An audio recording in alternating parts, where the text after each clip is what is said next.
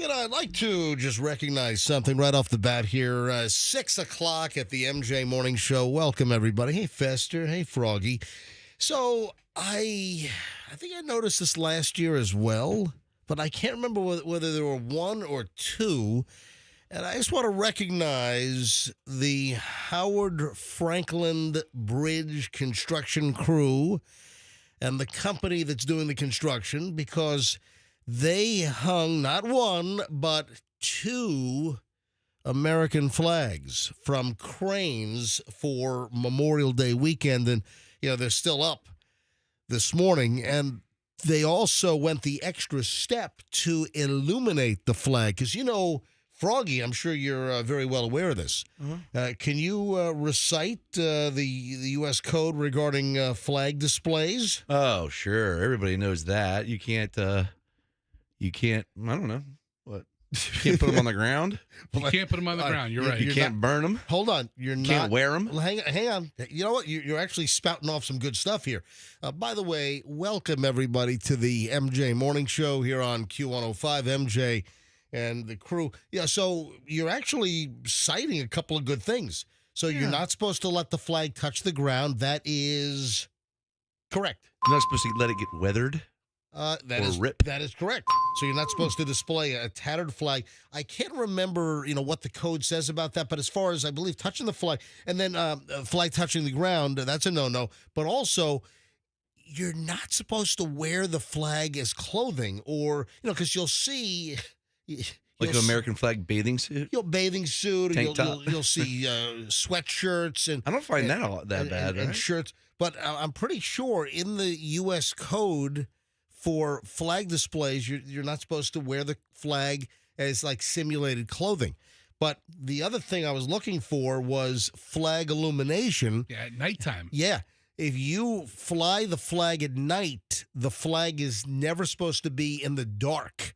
So if you have a flag on a flagpole, you're supposed to make sure that you have lighting illumination to illuminate the flag. Interesting. At night. I did not know that one. Well, the point is that driving in this morning at 5:21 on the Howard Franklin Bridge, obviously very dark, and the construction crews, they had two flags hanging, one I think on the Hillsborough side, and then over the hump on the other side you had another flag on the Pinellas side. So two flags on cranes that are hanging, draped down, but both flags were illuminated with those generators, those big lights that they, use on the interstate at night. So they were aimed, the lights were aimed up at the flag. So the flags were fully illuminated on the Howard Franklin Bridge at night. So I think not only did the construction crew for Memorial Day weekend display the flags, but they also properly illuminated the flags, which I think is very, very nice. And proper and correct. Thanks, guys. Yeah, absolutely. All right. All right, welcome, everybody. I'm waiting to hear whether there are any incidents at Froggy's house. No, unfortunately, Fesher did not take a shower this year. Was that last year or was that the year before? I don't know. Was that last year? It feels like a while ago. I was waiting. I was hoping. The famous outdoor shot of Fester's butt at another, was that Memorial Day weekend or was that a different weekend? That was Labor Day. That was Labor Day maybe weekend. 2022? Maybe. I don't know. Yeah, it seems like it was not last year. It seems like it was earlier. And folks, if you missed out on that story, was the whole team there? Was it Fester's family? Yeah, everybody but you. Yeah, so I wasn't. Thanks a lot, bud. I was traveling. Yeah, that's fine. That's fine. You know what? Whatever. Hold on. We wanted to have a good time. So yeah, you're right. We did. We had a blast. And then I was not at Froggy's Beach House yesterday because I was traveling. Day before. It was a Sunday event. So was your trip to... I'm sorry. Sunday. Yeah. I was traveling. So I have a full update coming up at 7:45 on Spirit Airlines. Ladies and gentlemen. Oh, God, I forgot about that. Ladies and gentlemen, I flew Spirit Airlines for the very first time. This was after years of me ridiculing stories and customer service issues that have popped up regarding Spirit Airlines. I have said on this show on countless occasions that I would never, ever, ever, ever fly Spirit Airlines. I never have. I never will. And guess what? I flew Spirit early Sunday morning. Wow. And I flew Spirit back into Tampa Bay early yesterday morning. So Tampa to Fort Lauderdale back to Tampa.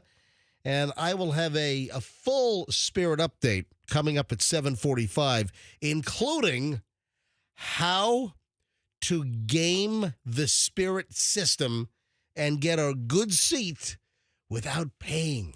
How about a score, like a 5-star scoring scale? What do you give them compared to other? Listen, as far as customer service, the experience, it's an ultra low-cost carrier. I mean, did the guy like curse at you and say, "What do you want to bleep and drink?" No, not that. Listen, the flight crew is very pleasant. Okay. It is a ULCC, which is an ultra low-cost carrier, and my expectations were tempered. Maybe so much so that I found the experience to be actually fairly pleasant. I had no issues. I have no real complaints because I knew what I was getting into. My tickets were, I think, my total was like 116 or something round trip.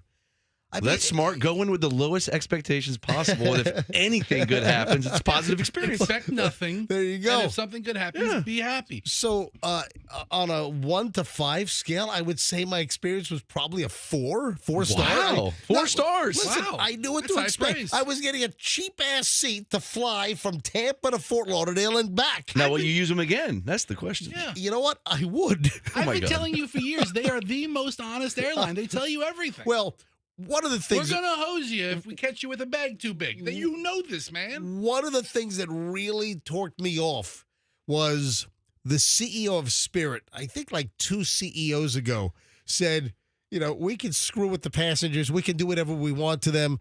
We can be as nasty as we want to the passengers. We're so cheap. Where else are they going to go? So It's a great business plan. That's what a fantastic but business. Essentially, that's what the CEO of Spirit said years ago. I got to bring that back up. When I do, that kind of turned me off, and that with some of the Spirit stories. And listen, the clientele is certainly a clientele that wants to also spend as little as possible, or they don't have the money. But listen, I think you do get a mix of clientele. I got a bunch of emails from people saying, "Hey, I traveled it for business every week because it was the most convenient." Yeah. And as far as my time frame of flying, the schedule was most convenient. And you know what? The price was right, Bob.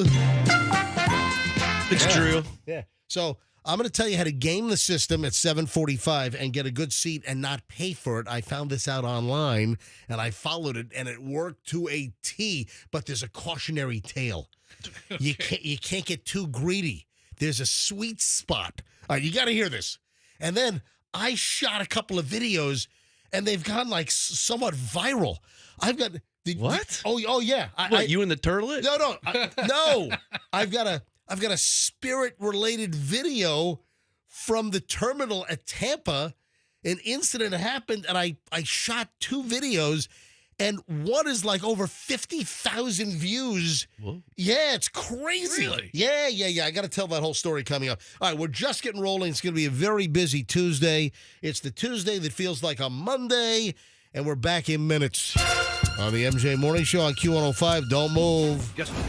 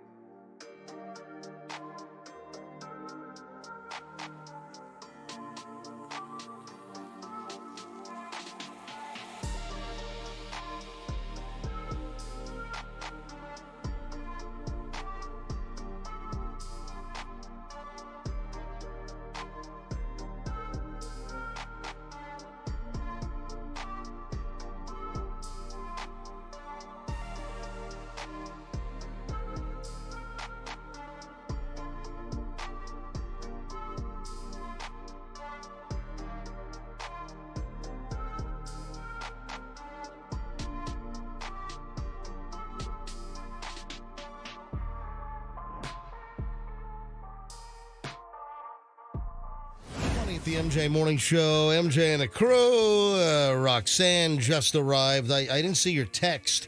And I'd asked the crew where you were, and they said I just saw your text during the commercial break. So, what, Doug is out of town again?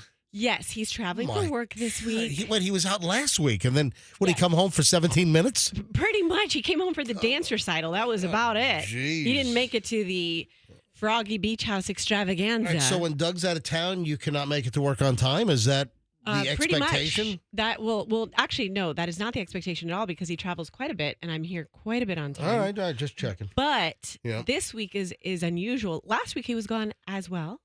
But it was the last week of school, so I had people coming to my house in the morning to help the kids get ready for school, not take them out of their routine. Yeah, but there's no school. School's done now. This week is the start of summer, so we are vagabonding this week. So we are staying at different people's houses. So like last night we stayed at my mom's house, and then it was so cute. I woke up this morning and she had all my favorite breakfast stuff out, and I was like, I'm just going to relax. I'm going to be late. I got enough. All right, so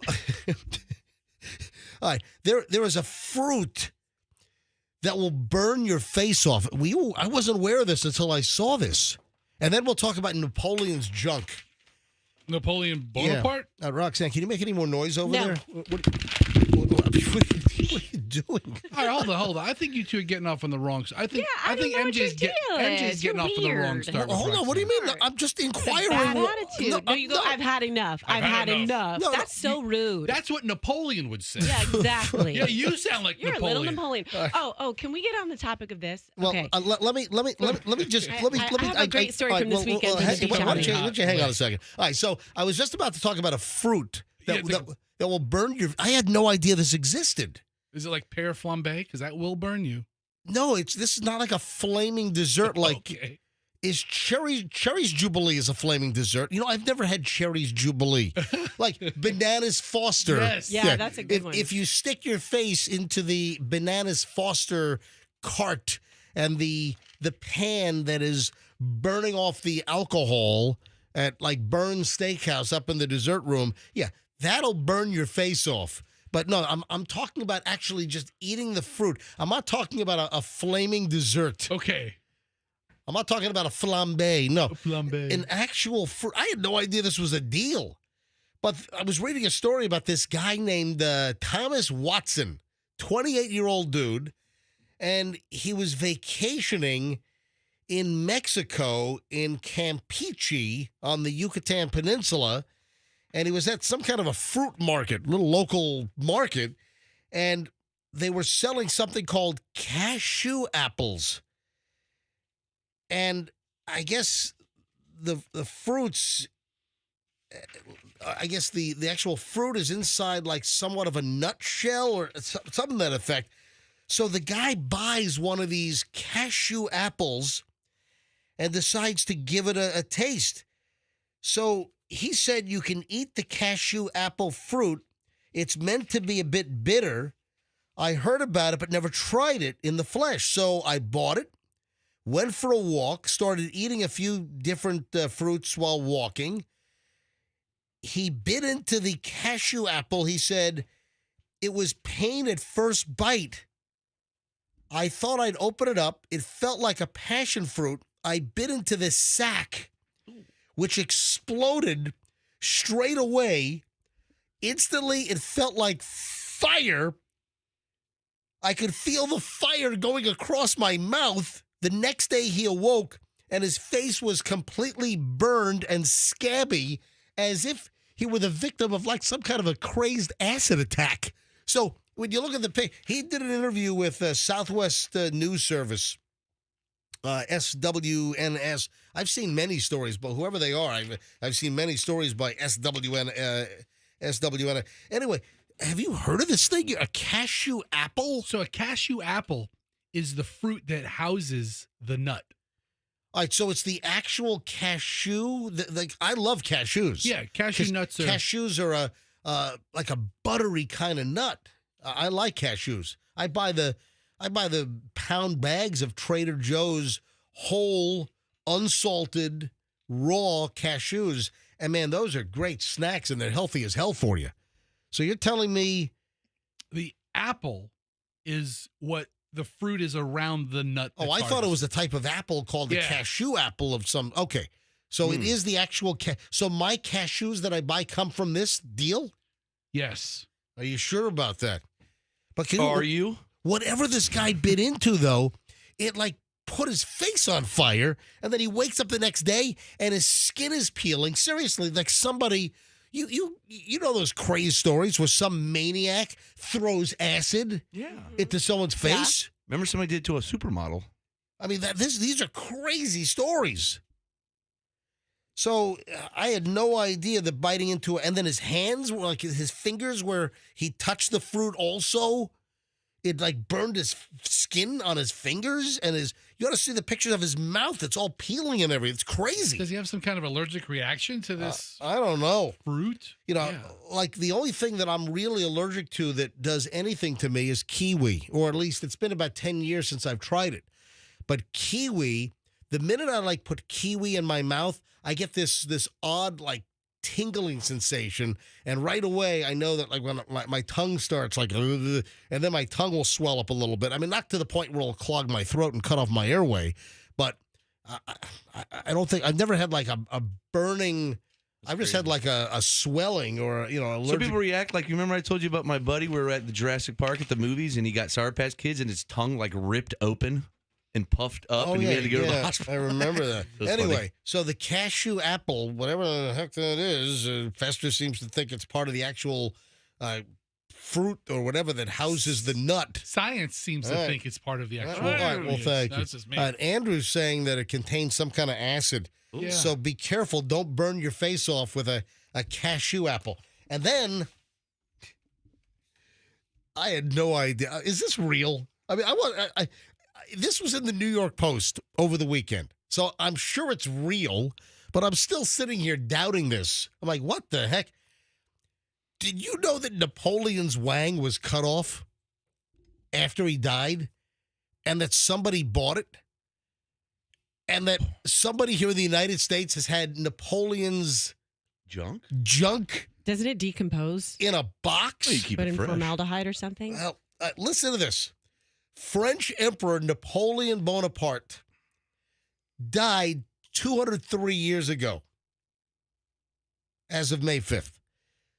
But his little petite privates Oh, they're tiny like him? were last known to be in the hands of a woman in Englewood, New Jersey. Before that, they belonged to her dad, a urologist. So Napoleon's penis belonged to Dr. Evan Latimer. I'm sorry. Evan Latimer is the daughter. Dr. Latimer, I guess, is the father. John Latimer. And he was a renowned urologist who won Napoleon's wang at an auction in Paris in 1977 and bought Napoleon's penis for $3,000 at an auction. Hey, go on. Twice I got 2,000, 2,200, 2,300, 2,500, 2,600, 2,800. Napoleon's penis, 2,900. Do I have 3,000? 3,000. Sold to the urologist. Oh my! This is insanity. It would have been so great if it was like a foot long. Well, how much do you know about this story other than what you're reading? Have you ever heard of this before? No. That's why I'm fascinated with this story. I had no idea. So this doctor, Dr. John K. Latimer, the daughter's name is Evan, E-V-A-N, and the daughter is now in possession of the penis. He bought it but never showed Napoleon's unit to anyone. He took it, put it under his desk, and it's been there, I guess, for a long time. So the doctor died in 2007 at 92. The daughter is now 75, and she's now in possession, apparently, of Napoleon's wang. But apparently, after Napoleon died, the doctor performing the autopsy snipped it off. Oops. Oh. Right. Could you please call it by its proper name, Napoleon's boner part? Good one. God. Huh? Good one. I thought Nice. All right, Festa. I Look thought at that myself. look at Festa. It's very, very nice. Yeah, well, yeah. Yeah. Get it? Yeah, so I like the New York Post didn't even come up with that pun. That should have been the headline. Although they do have Dad beat out stiff competition to win the penis at the auction See, those are easy. in 1977. Those are But apparently, Napoleon's unit boner part. is only 1.5 inches long. That's Oh my gosh. well, that's in this at this point in the shriveled, flaccid state. I guess it's No wonder he was always in a bad mood. but it's apparently as it sits in the box. Napoleon's, I guess it would be somewhat petrified now, like a petrified penis. I think so. I'm sure it's not just. I'd be petrified to see it. Well, there's a picture of it. I'm not looking. There's a picture online. But the point is, I had no idea that Napoleon's wang was in a little box. And it was 1.5 inches. And some woman in New Jersey has it after her father won it at an auction in Paris in 1977. Did anyone in this room ever hear this story? Never. No. This is new. Oh, my God. I kind of want to play ABBA's Waterloo now, Yeah. Wow. Any other powerful leaders, wieners out there? No, because Waterloo, hey, Andrew, do we have Waterloo in the computer by any chance? Probably not. At Waterloo, Napoleon did surrender. That's the first line of the song Waterloo by ABBA. Anybody have Stalin's nipples or something? Roll back. Just roll back to the very beginning of the song. Go to the very beginning of the song. Oh, all you have is the hook? Well, that doesn't work. I need the beginning of the song. Well, you could be finding on YouTube while we're yakking, but all right, forget about it then. All right, 632 at the MJ Morning Show here on Q105 as we just get rolling really on a Tuesday morning. I've got a great pile of early morons in the news next, so stand by. Yeah, awesome early morons in minutes here on the MJ Morning Show. Stand by.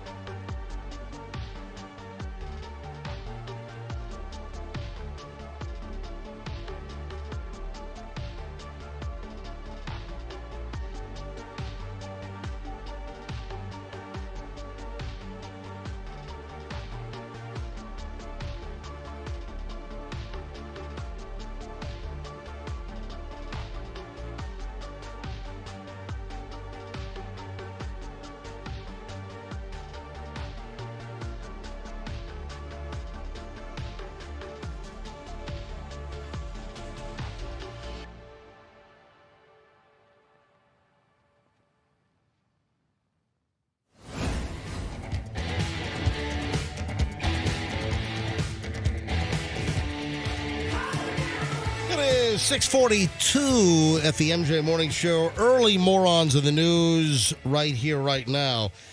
Roxanne, your story, can that be told quickly? I mean, because you try to go into, I think, a story right when I was getting into the acid fruit burned face deal. So, I had a set little, program going on, and then you tried to, I didn't know how long your story was going to take. I just wanted to compliment Fester on having a beautiful wife, and every time I see you and Allison together, I'm shocked at how you landed her. Wow. Hold on. Wait a sec. Nice.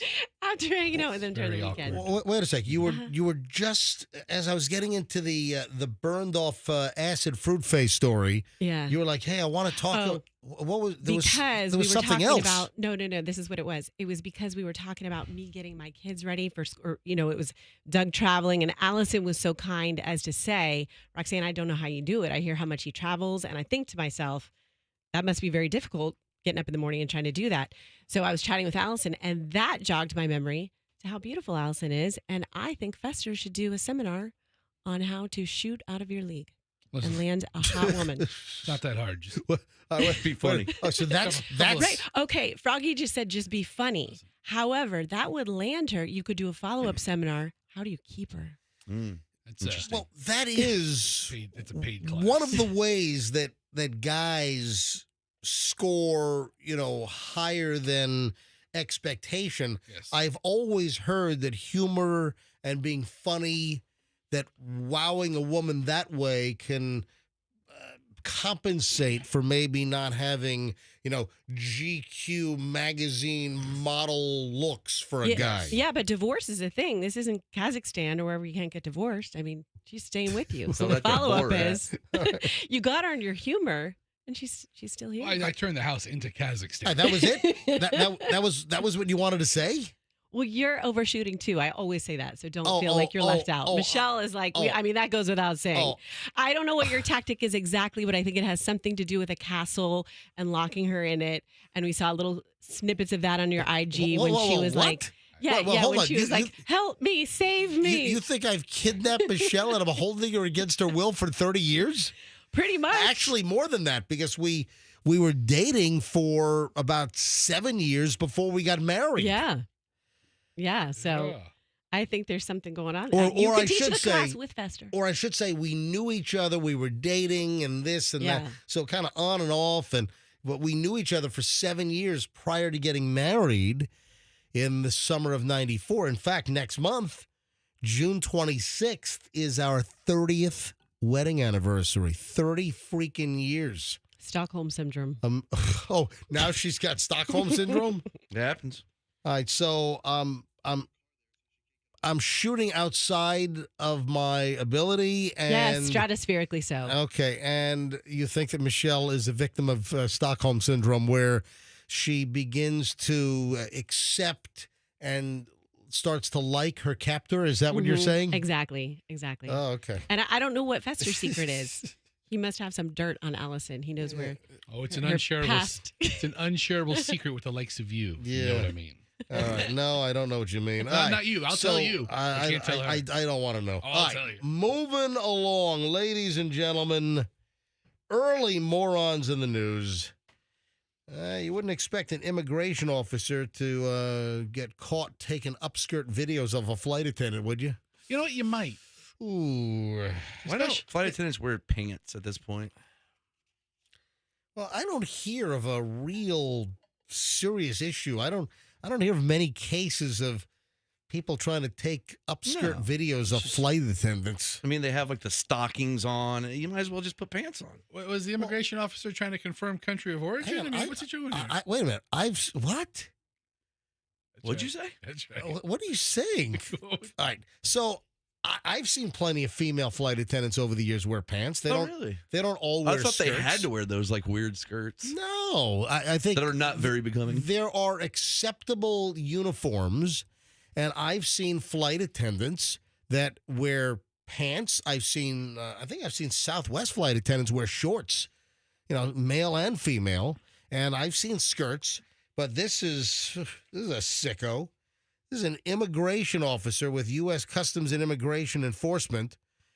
Officer Billy Alvera, 48, faces up to 20 years in federal prison. What? Wow. After he was convicted in Miami federal court last week of interfering with a flight crew. This was a 2023 Texas to Florida flight. And I was unaware of the story. I had no idea that this actually happened last year. And what we're hearing now is the aftermath of his trial. Oh, wow. That he was convicted, and now with upcoming sentencing, he could face up to 20 years in prison. So this creepo tried to shoot video up a flight attendant's skirt on a domestic flight from Texas to Florida. Ew. He was accompanying an illegal immigrant who was being deported. So he's accompanying this illegal alien, and he's on the flight, and the immigration officer tries to cop a video view up the flight attendant's skirt. Some people are.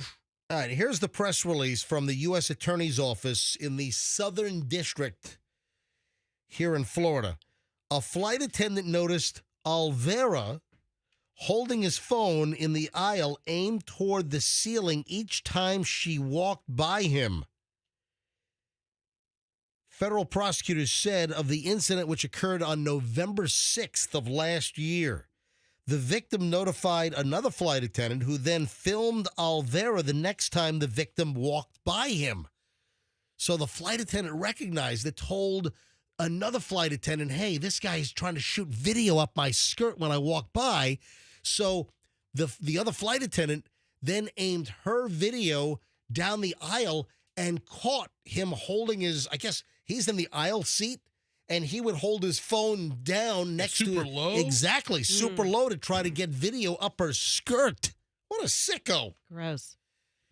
So Billy Alvera, an ICE deportation officer, was transporting this illegal when he tried to get this video up her skirt. He could be seen on the other flight attendant's video attempting to film up the skirt of the victim.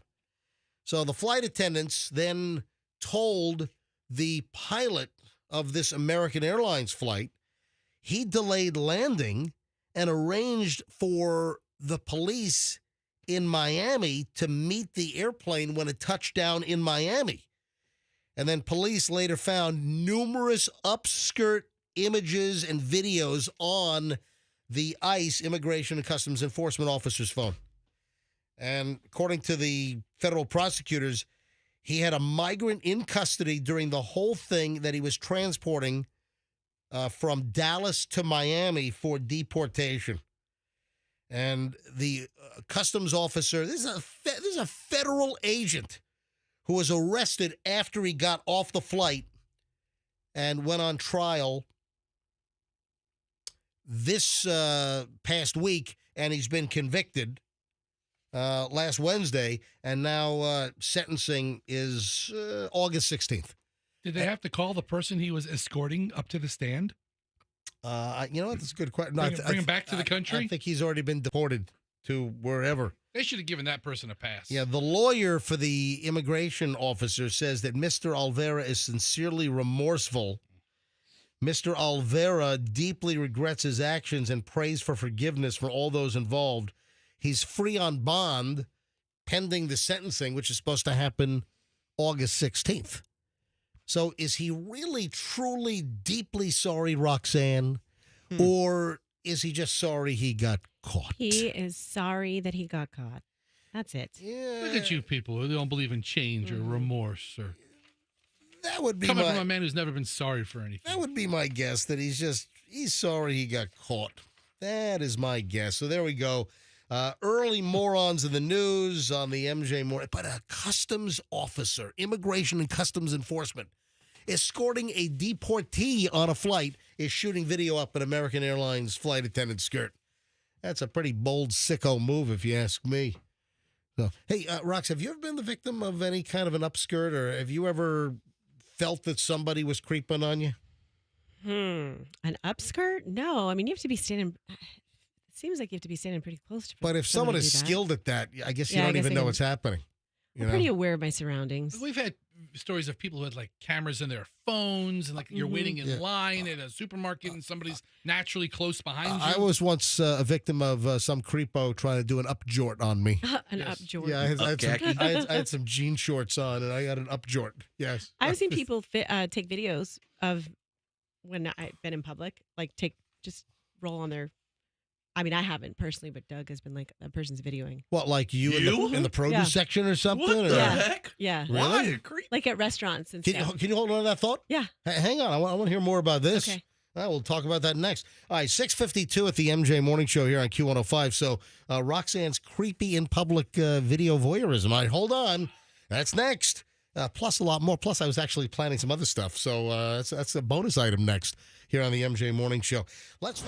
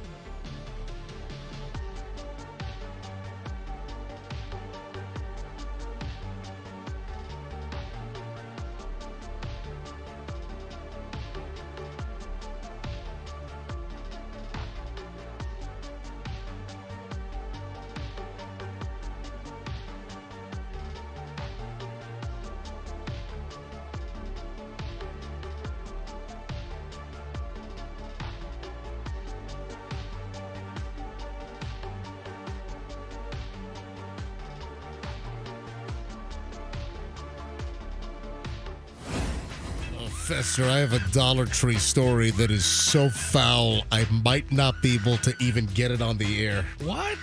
Yes. It's my favorite store. I know. That's why I'm bringing it up, and it's paining me.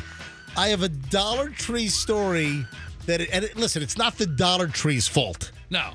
It's not the Dollar Tree didn't do this. It's one of the clientele. It's one of the people inside the Dollar Tree, and the story is so disgusting. I don't know how I can even get the story on the show and be comfortable. Ew. Yeah, it's a little icky. I was at the Dollar Tree over the holiday weekend. I'm sure you were. Got some canned goods. I'm sure you did. Oh, yeah. Yeah. All right, 7:02 at the MJ Morning Show. So before I even get to Roxanne's story, there's another Roxanne story. Ew. So Roxanne's like, hey, I want to show you this. So Roxanne comes around to my side during the commercial break and says, hey, I want to show you this video. And it's not that I want to show you a video of me in a bathing suit, but here's me in a bathing suit. Right, because I was like, the bathing suit is. I was like, disregard the bathing suit. Okay, just look at the activity. I don't want you to think I'm trying to show you me in a little bikini, but here's a video of me in a little bikini over the weekend. So what were you showing me? But admit that once you watch the video, the bikini isn't the focal point. The ridiculousness is the focal point. What was going on with your foot? It looked like you had one of those, one of those Pistorius amputee running blades on. What was that? Oscar Pistorius running blades? No, I didn't have those on. By the way, did he just get out of jail? He did. He just got out of prison. Yeah, I saw a picture of him. He looks. I mean, jail wasn't kind to him. He looked really rough. Yeah, he has no legs and he's been in jail. Yeah, it's got to be tough. Anyway, that's the famous South African, runner and killed his who was his girlfriend, his right? Model girlfriend. Yeah. All right. Yeah. Terrible story. What does this have to do with Roxanne's bikini? Because she's doing this activity on this video in a little bikini, and her leg is going in circles, and it's going so fast. It looked like you had a Roger or an Oscar Pistorius running blade on. But what was that? Okay, so I was breakdancing. And so what? I was in a bikini. Can we get some breakdancing music? Hey, MJ. I don't want you to think I'm trying to show you me in a bikini, but here's me in a bikini breakdancing, and then under the guise of, I think I threw out my knee. Yeah, that's why I'm showing you the video. Of you in a bikini. Yes. I went to all that extra effort. Yep. I actually blew out my knee on purpose just so I could show you that video to get you to see me in a bikini. That's what I thought, yeah. Since you didn't show up at Froggy's Beach House. I was in Fort Lauderdale. I didn't show up at Froggy's Beach House because I was away visiting my elderly parents. And how'd that go? How are they? It was fine. It was great. We had. I figured somebody must ask. No, it was so fine. I want to see how your father's doing. My dad is slowing down. He's going to be 82 in October, and I hope I'm not in that position when I'm 82. If I make it to 82, who the hell knows? From your lips to God's ears, huh? Yeah. What? From your lips to God's ears. What, if I even make it to 82? Well, you don't want to live that long, do you? if you would be the crotchetiest. You'd turn into the crotchety old man. No, thank God you've answered. No, 82 is the new 52. Yeah, absolutely. All right, so Roxanne, we were talking about this creepy morons in the news story. Folks, if you're just tuning in, it's 7:05. It is the MJ Morning Show here on Q105. Welcome to all of our Tuesday morning listeners here after Memorial Day. So in the last segment, we did morons in the news. And the story was a customs and immigration officer who was handling a deportee on a flight from Dallas to Miami was shooting upskirt video of a flight attendant. And he was arrested when they landed in Miami. Guy was found guilty, convicted last week in federal court in Miami, sentencing coming up in August. And then I asked Roxanne, listen, you're the female in the room. Have you ever been the victim of an upskirt video? You ever catch anybody? Or maybe you've been the victim and you don't even know. And then you brought up, no, but you've caught people videoing you in public, but not necessarily up the skirt. Yeah. One time that comes to mind, and I didn't see it, but we were at a restaurant on Del Mabry, and it was like two separate tables of our big party. But I didn't know everybody at the party. I only knew a few people there. And then Doug said that when he was coming back to the bathroom, he saw somebody. He said, that guy over there is videoing you. How long ago was this? Was this during our show? Yeah, it was during our show. Oh, it wasn't during when you were with Mason Dixon? No, it was like 2 years ago. Mason Dixon, Q105. All right, so this was during our show since you joined us. Yeah, probably within the last year, now that I think about it. All right, so what happened? And what was the restaurant? It was an Italian restaurant on Dale Mabry. I can't think of the name. If you named it, I would know it, but it's not Look like at that, the beautiful Bella. I must take a video. So wait a minute. Well, what was the chain restaurant you had? It wasn't Macaroni Grill. Yeah, that's the one I'm thinking. Yeah. So, is Macaroni Grill still around? I believe there's one location on Dale Mabry. Okay. Yeah, but it was not Macaroni Grill. Macaroni Grill is the one where they play Italian when you're in the restroom, right? I don't know. You go to the bathroom and they're like teaching you Italian. I don't know. They have like Italian babble. Yeah, yeah, they do. Oh, it's like the audio lessons. Yeah, it's like I pooped my pants, and it's like I pooped my pants. You can practice while you're in the I stall. have bad gas. My gas is very bad. Yes, I work in the kitchen and I don't wash my hands before. So all right. So All right. Doug thought some guy was Yeah. videoing. Did Doug confront this guy No. and slay him? No, he didn't do anything. Well, But so another table, yes. he was like surreptitiously Yes. or trying to slyly video you with his phone Yeah, and Doug's from like- the next table. Yes, and Doug's like, look, he looks like he's on his phone, but he's holding it up and he's videoing. Oh, Marlon, I need a new Gamar. Hey, let me video this one. Hey, you's over there. But I was wondering, did the guy say, oh, look, that's Roxanne from the MJ Morning Show, or maybe he remembered you from your famous stint on Bay News 9. Yes. That's Yes. a famous Hey, stint. Yes. I remember when the Rays went to the series back in the 2000s, and your reporting was excellent. Can I record you? You know what? You'd be surprised. People, especially if I go to a sporting event, that's what people always relate me to. So, Bay MJ, design. Do you have any idea? Can you even fathom how many people's cell phones you are on just as Yes. an extra? You are. Oh, as an extra, sure. But I think As you're a- on as a feature. I'm sure Okay. people do it to you too. All right. Because people are using their phone to video something and you're just walking by in the background. Walking by, or So you're or an extra. You're an extra Yeah. in their story. Probably not Oh. many. Probably Okay. billions. Now, did you say anything to this guy or No. did no. the guy realize that he'd been busted? Did the guy realize that you guys noticed No, but you that better he- believe no. that he was videoing you? No, but I had better table manners after I knew I didn't chew with my mouth open, and I started cutting continental or European style, look a little more fancy Yes. on the video. MJ, talking about Did videos. you have spaghetti sauce stains all over your cream chiffon dress, Yeah, I all did. splattered? I stopped eating noodles, slurping them out of my friends' mouths. Right. Yeah. So I heard you say earlier when I was driving in, I heard you say 7:45. We're going to hear about the airport Oh, IG man. story, right? Couple of things. Okay. So 7:45, folks. So a little over half an hour from right now. 7:45. I'll give my full review of Spirit Airlines. After years of doing crazy Spirit stories and talking about the idiosyncrasies of the airline, and what really torqued me off was some years ago, the former CEO of Spirit essentially gave an interview and he said, we can treat our customers like absolute crap, but our prices are so low, where else are they going to go? Essentially, that's what he said. And I remember doing the story on the show, and I'm like, I will never fly Spirit Airlines.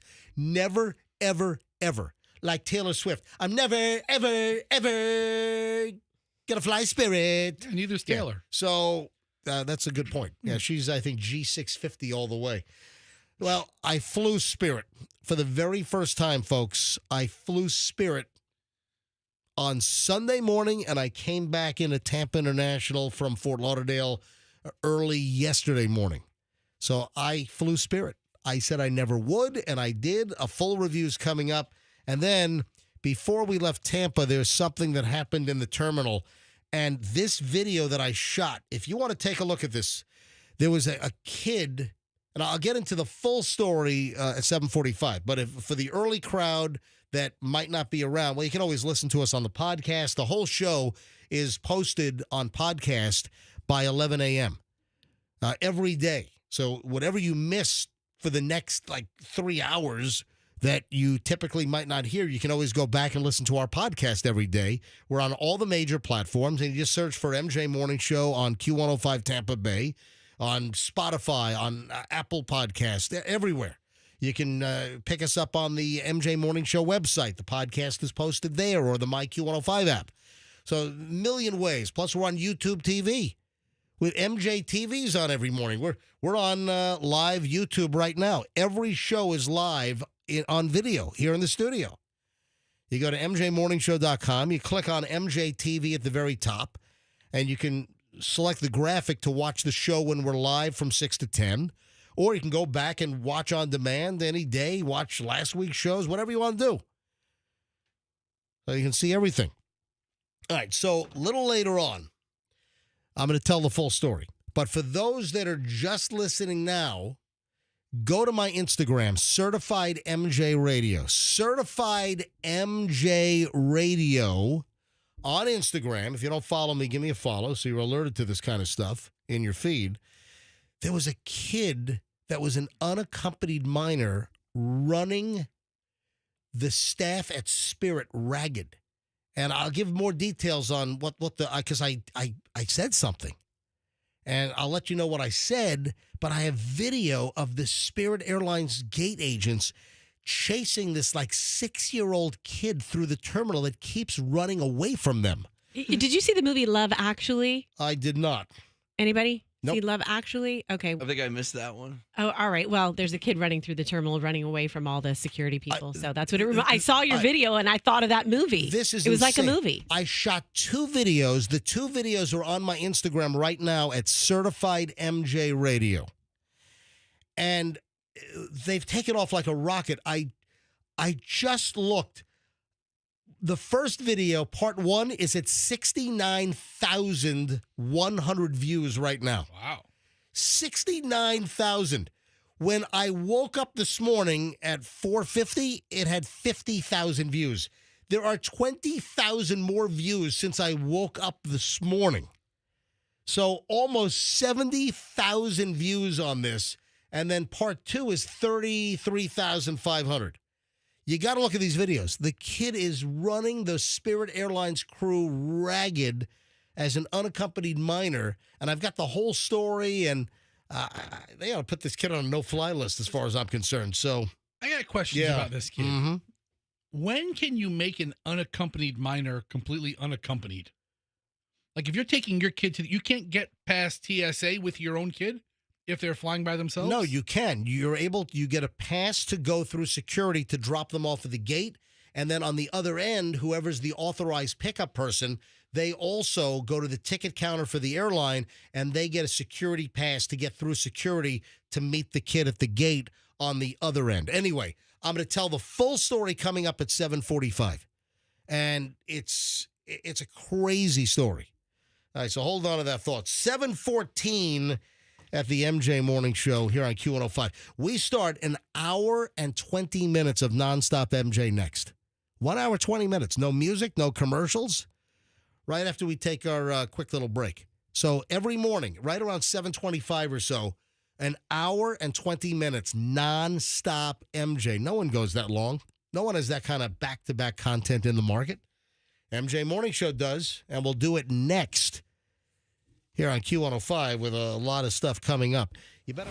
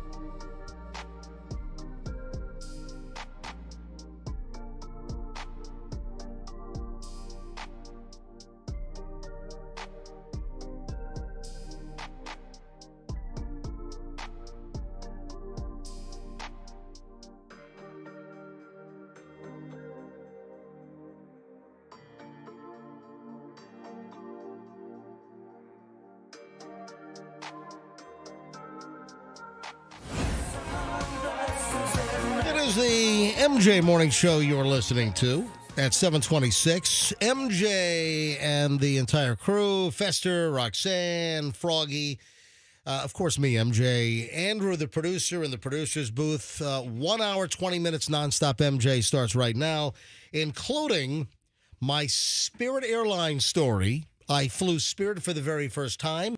The Spirit Airlines get the seat you want, essentially, and don't pay for it hack, which I utilized perfectly, coming and going. I got them coming and going. And I didn't have one add-on. I had the $59 seat each way with no baggage charge, no pick your seat charge. Don't get suckered. Don't fall for the scheme. And then, of course, this video that's clearly going viral that I took at Tampa International, flying out on Sunday morning to Fort Lauderdale. This is crazy. So hang on. All that coming up right around 7:45 for all the Spirit stuff. So stand by for all of that here on the MJ Morning Show on Q105. Couple of celebrity things. First of all, Mike Tyson had some medical episode on a flight. Froggy, he's supposed to fight that Jake Paul dude, next month? Well, July right? 2 months. Yeah, so July, right? Yeah, he's supposed to, but I'm sure something's going to happen. But something happened, and now people are wondering, is Mike Tyson, is he going to fight Jake Paul on the airplane, on the in the arena because of what happened in the airplane over the weekend? He, he's not a young man anymore. No, he's 57. I think he turns, will he be 58? I think he turns 58 right around or just before the fight, which is set for July 20th at Cowboys Stadium in Dallas. And that's going to be a whole Netflix deal. Oh, man, they better not blow this. All right, here's what happened. Mike Tyson had a medical episode on a flight from Miami to Los Angeles on Sunday. According to representatives of Mr. Mike Tyson, they said, thankfully, Mr. Tyson is doing great. He became nauseous and dizzy due to an ulcer flare-up 30 minutes before landing in Los Angeles. He's appreciative to the medical staff that were there to help him. But Mike had some kind of a medical emergency on the plane. Paramedics met the flight in Los Angeles. The flight attendants even made an announcement over the PA system that asked if there was a doctor on board. I'm a doctor. The patient. Get over here, doctor. I'm stopping the testicles. The patient's Mike Tyson, sir. I'm not a doctor. I take it back. I take it back. I'm a doctor. Then you find out that the patient's Mike Tyson. Then you say, I'm kidding around. I'm not a doctor. I meant dentist. I'm a podiatrist. I retract, yeah. I'm a podiatrist. I'm a vet. I'm a doctor of literature. So what was the condition? I mean, he's all right. He had an ulcer. That's it? That's nothing. I've had two of them. Apparently, Mike Tyson, I've never had an ulcer. All right. Well, hang on. I got to do this in my normal. So I've never had an ulcer. Apparently, Mike Tyson has an ulcer. Froggy. Yes. You've had 2 ulcers. 2 bleeding ulcers. Almost bled out in my own Oh, bathroom. get out of here. You didn't almost bleed out. I missed the show that day because of it. So how did you Doesn't feel? mean you bled out. When you had an ulcer flare-up, how did you feel? Awful. Okay, that's I what felt Mike like had. I was dying. Okay. That's what Mike had. And I I have a- did bleed out in my bathroom. Oh, okay. I did. Okay, real. It was coming Gross. out both ends, blood. Yeah, All right, that's what I was going to ask. So thank you. I don't need this description at 7:30 in the morning. Here's the bottom line. Don't take 7 to 10 Excedrin for 25 years because of your chronic Roxanne, migraines. what were you asking? Well, that he answered the question, but I was like, when you bleed out from an ulcer, where's the blood coming You're out of? constantly reversing and then the other way. It's coming out of your left nostril. So not the right one. MJ. And it's black. It's connected to your left nostril. We are very lucky to have an ulcer expert here in the studio. Yeah. And it's not blood looking. It's like black tar. All right, Like I don't need bile-ish. to. I'm trying to give you a Would medical guys explanation. Stop with this gross. He's an ulcer correspondent. Oh my God! I can tell you if you think you have an ulcer, I can let you know. I know. What? I know all So- the things. I thought you were going to say that I gave you your ulcers, but it was No, that's why they're coming back. Oh, They've been gone since right. 2010. You were taking 12. How many Excedrin PM? Oh my, not PM, Excedrin. Okay, Like how when many- I was a kid, I would take like 5. Froggy always A had day? He always had the green bottle of Excedrin. Yeah, I would have He I would have always had migraines it. all the time. Yeah. Turns out I was addicted to Excedrin. Yeah. And so it was doing the opposite to And me. Excedrin burned the hole in your stomach lining? Two. We would Two go out holes. to eat. Froggy and I go out to eat. He'd get a Sprite because he doesn't want to have caffeine, but he'd eat like 6 Excedrins. That's like cigarette burns in Aunt Mildred sheets in her bedroom, you know? They hurt. So, all right. So, you know how bad you felt. Uh-huh. Okay. hell? That's what happened to Mike. Well, I was losing consciousness. I was in and out of consciousness. That could have happened to Mike. And the only reason why I got back there so quickly is because I passed out at the front desk checking in. They go, "What's the matter with you?" I go, "I'm bleeding from the inside." So the flight attendant comes over the PA system and asks, passengers, by any chance, is there a doctor on the flight? If there's a doctor on the flight, could you please push your call button? Dr. Ruth here. Yeah, Dr. Wolf, I got a question for you. It's Dr. Detroit. Yeah. Dr. J is on the plane. A basketball player. Dr. Pepper. Dr. Dre. Dr. Pepper's on the beverage cart. So, We've got all the doctors except the one we need. if you could ring your call button, please. There we go. But also, listen to this. I've never seen this before. They also put a message on everyone's screen. So if you had, headphones on, well, typically when the pilot speaks to the flight attendant, it interrupts the movie, or if you're watching TV, and it'll come over the headphones as well. But they also put a message on the video screen on the airplane that if there's a doctor on board, please contact the flight attendant. I've never seen that, where they could put they can type a message and put it on everyone's screens as well. I would Wow. love to have access to that keyboard. You'd have some fun with that. It's like the people that hack the road signs. Yeah. Yeah. What was the one that we just heard? We had a caller that called in like 2 weeks ago and said that one of those construction signs was hacked on Is it MacDill. like drive ahead for boobs or something? We said something like that. Big butts ahead. Yeah, big butts Big ahead. butts maybe. ahead or something to that effect. Something. Anyway, listen to this. Mike Tyson, who's 57, was removed from the flight, and the flight had been delayed 2 hours in Miami. But they said the delay leaving Miami to go to L.A. was not because of Mike Tyson. Yeah, he got ill on the flight. And That's the worst place to probably have ulcers. yeah, I would pop say, up. oh, yeah, absolutely. So about 30 minutes before the plane landed, the flight attendants were asking for any medical professionals on board. And then when they landed in Los Angeles, the paramedics came on the flight, and Mike Tyson was in first class. And once they landed in L.A., it took 25 minutes for them to allow the passengers to leave the airplane. So landing, paramedics came on, attending to Mike Tyson up in the front of the first class section of the airplane. And then the other passengers had to stay on board for like 25 minutes.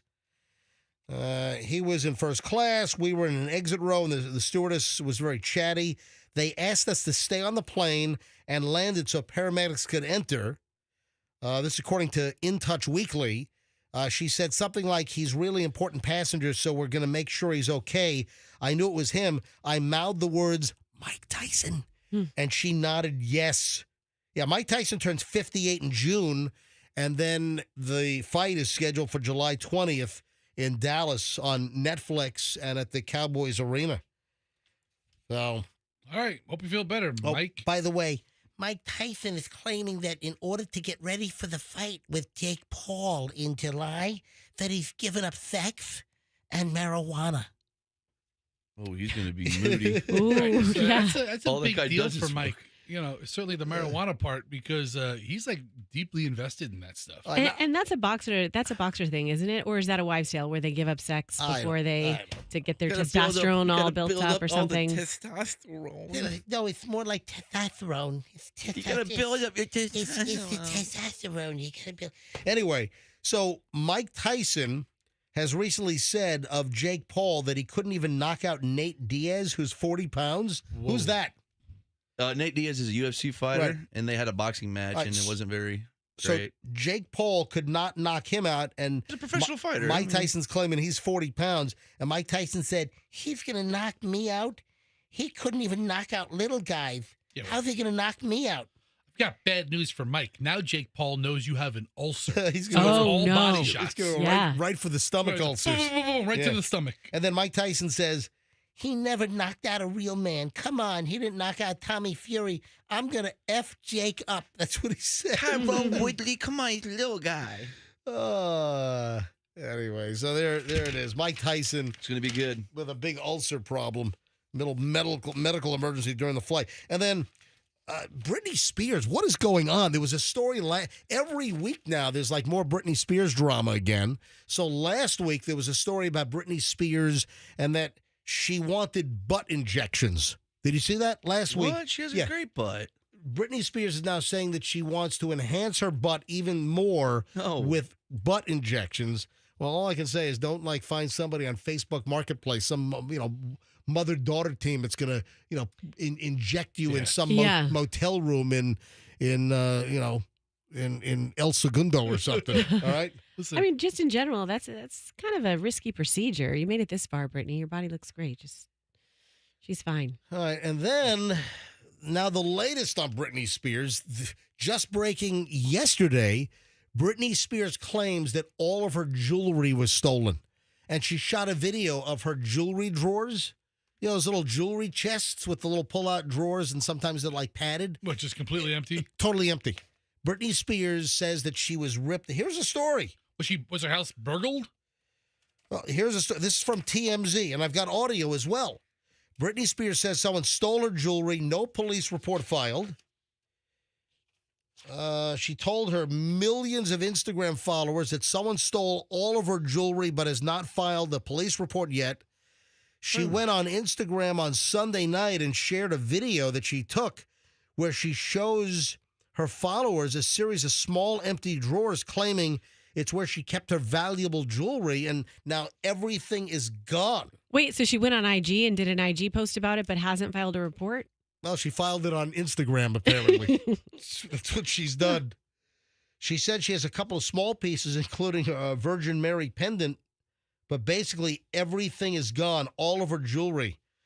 She wrote in the caption, she's scared to buy new jewelry after the alleged theft because she's terrified it'll go missing. Plus, some of the pieces in the collection carried a lot of sentimental value, and they're not replaceable. Hey, here's her audio. This is what she said on the Instagram post. Show you guys for real, all my jewelry was stolen. See, it's nothing, well, it's a Mother Mary, but, because I'm scared. It's all gone. All my jewelry's gone. Do you hear the little... That's her Yep. opening up those little jewelry drawers. You know, a little chest, and you got all these, like, a dozen little drawers, and that's where she kept all her stuff. And that's her opening up all and gone. All her jewelry is gone. How do you not call the police immediately? How do you not call 911? I've been burgled. I've been robbed. You think it really was a robbery? You think she misplaced the stuff? What do you think happened here? You think a housekeeper's what? She probably misplaced it, doing a dance. If there's no police report, if there's no investigation, I have a hard time believing it. She's always up to something. Yeah, there's that Britney. something. I'm telling you, it's always something. And listen, I like Britney Spears. She's clearly a tormented soul, and now apparently she's tormented even more because somebody ripped off her jewelry. You know people like that who, whenever they can't find something, they immediately think that someone stole it. It's never like, oh, I misplaced it. She seems like that type, Yeah, maybe. or you accuse like a housekeeper of stealing Yeah. some ring, and then I found it. Yeah. Oh, I'm sorry for accusing you of theft. No, yeah. And then a couple of other early celebrity items here. Then Paris Hilton. Remember we had a story a week or two about Paris Hilton was getting all kinds of people giving her the business because she posted a picture of her two little infants in her vehicle. And at their age and weight, they're supposed to be in car seats facing backward. So they're supposed at the age that Paris Hilton's kids are, you're supposed to have the kids in rear-facing car seats. And she had them facing forward.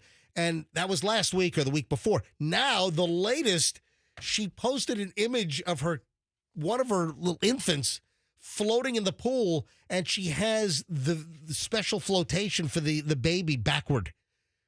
She's got the yeah. Listen, Paris Hilton set off alarm bells again, according to Page 6, for parents who looked at her latest video of her swimming with her 1-year-old son Phoenix, and they noticed the kid's life jacket was on wrong. What is good? The jacket was on backward. So wait a minute, she's got the car seats in the wrong direction. She's got the life vest for the 1-year-old in the wrong direction. That's not hot. No, that's not hot. Maybe she didn't want the baby to get hot. The baby's big head didn't fit. Oh, don't make fun of the little Baby had a baby's big head. head. Baby has a People big started head. leaving comments on her social media. Hey, Mama, just a tip from another puddle jumper mom. I think it's on backwards. Puddle? I don't know. Puddle, whatever. In the pool, they call little puddle jumpers. So people were starting to nail her that she had the flotation. The clips are supposed to be in the back, and she got the clips in the front. Anyway, whatever. Good And then Jelly Roll. Last little early celebrity story here. Oh, I'm tired of this guy. No, I like the face I'm tattoos. only talking girls. Does he have a second song?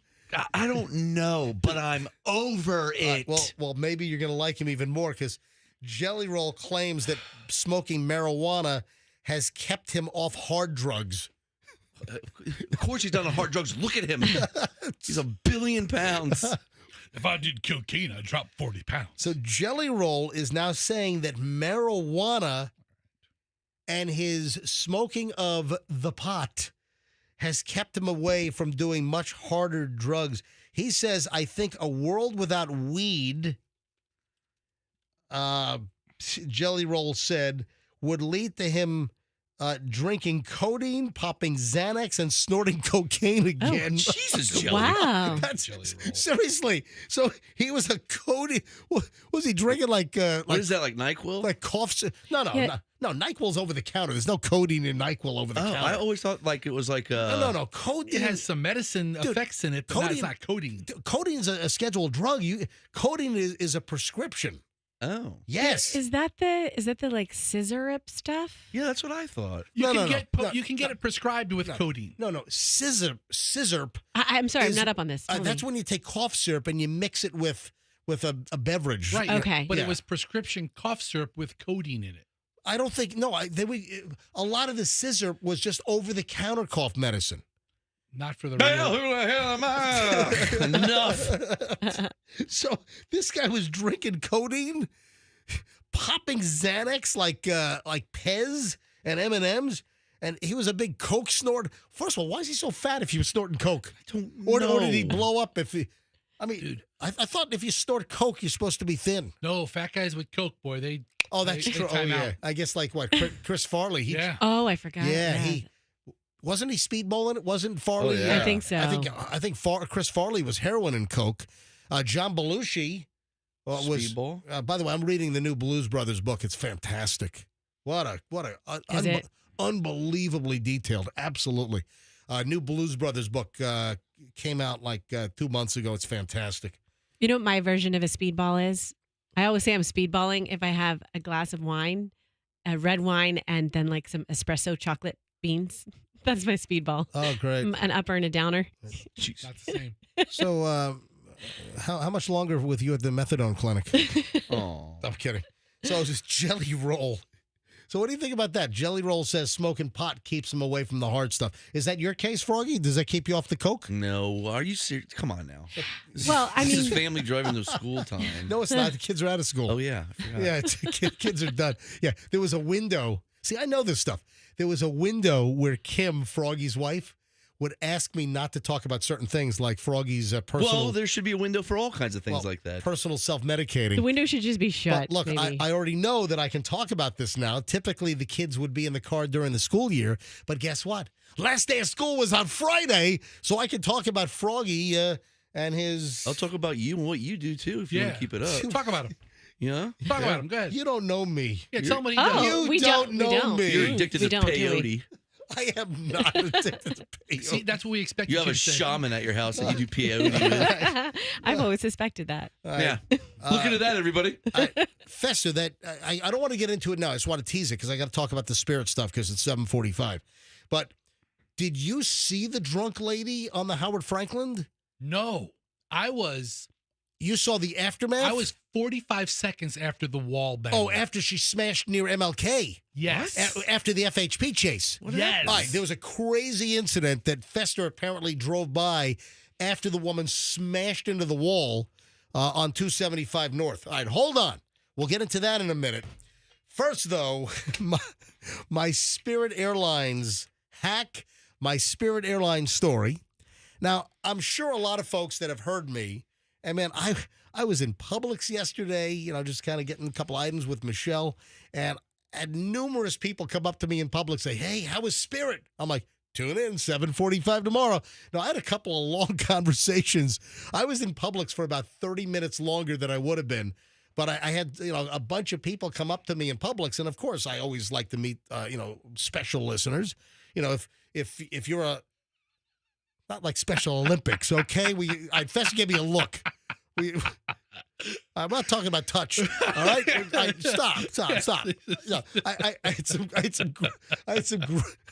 some great listeners come up to me in Publix. No, everyone wants to know the Spirit deal. Even at this is amazing. Even at the gate at Tampa International on Sunday morning, people were coming up to me. Hey, MJ, your first Spirit. People on my Spirit flight. For instance, who was the woman from, hang on a minute, I thought I made a note here.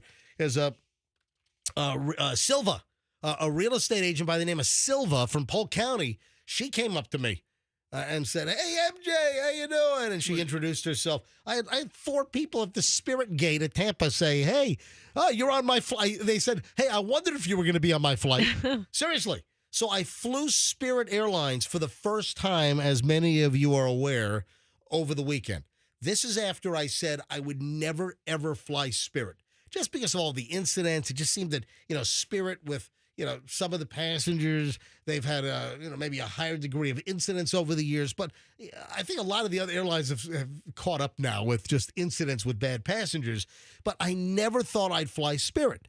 And one of the things, as I've mentioned several times, the former CEO of Spirit gave an interview where, I'm going to paraphrase here, he said something like, we can treat our customers like crap. We can do whatever we want to our customers. Our prices are so low.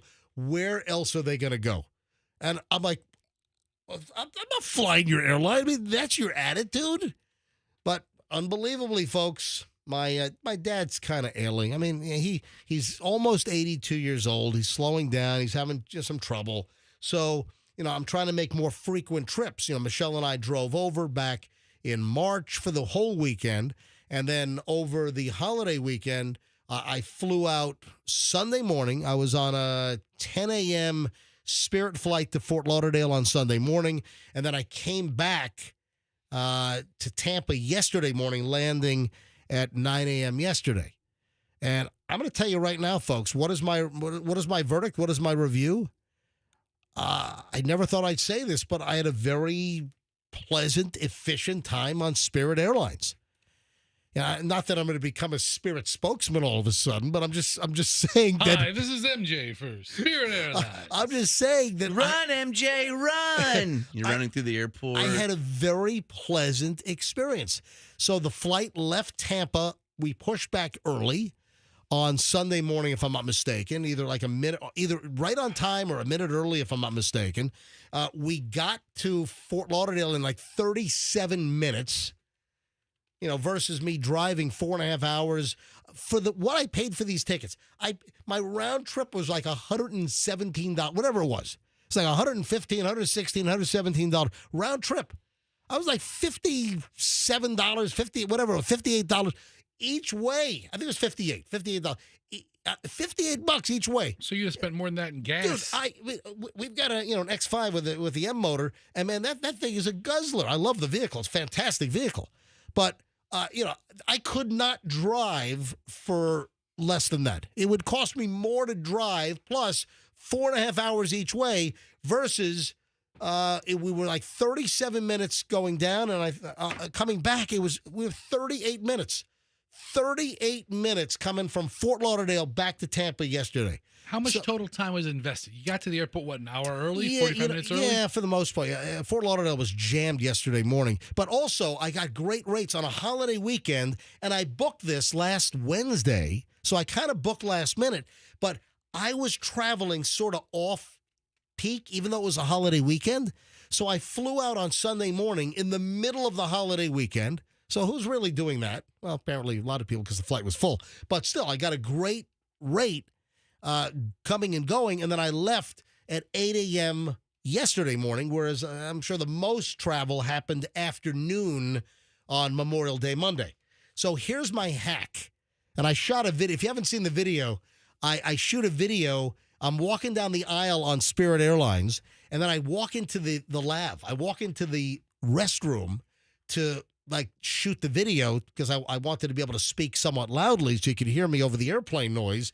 And I talked about Spirit.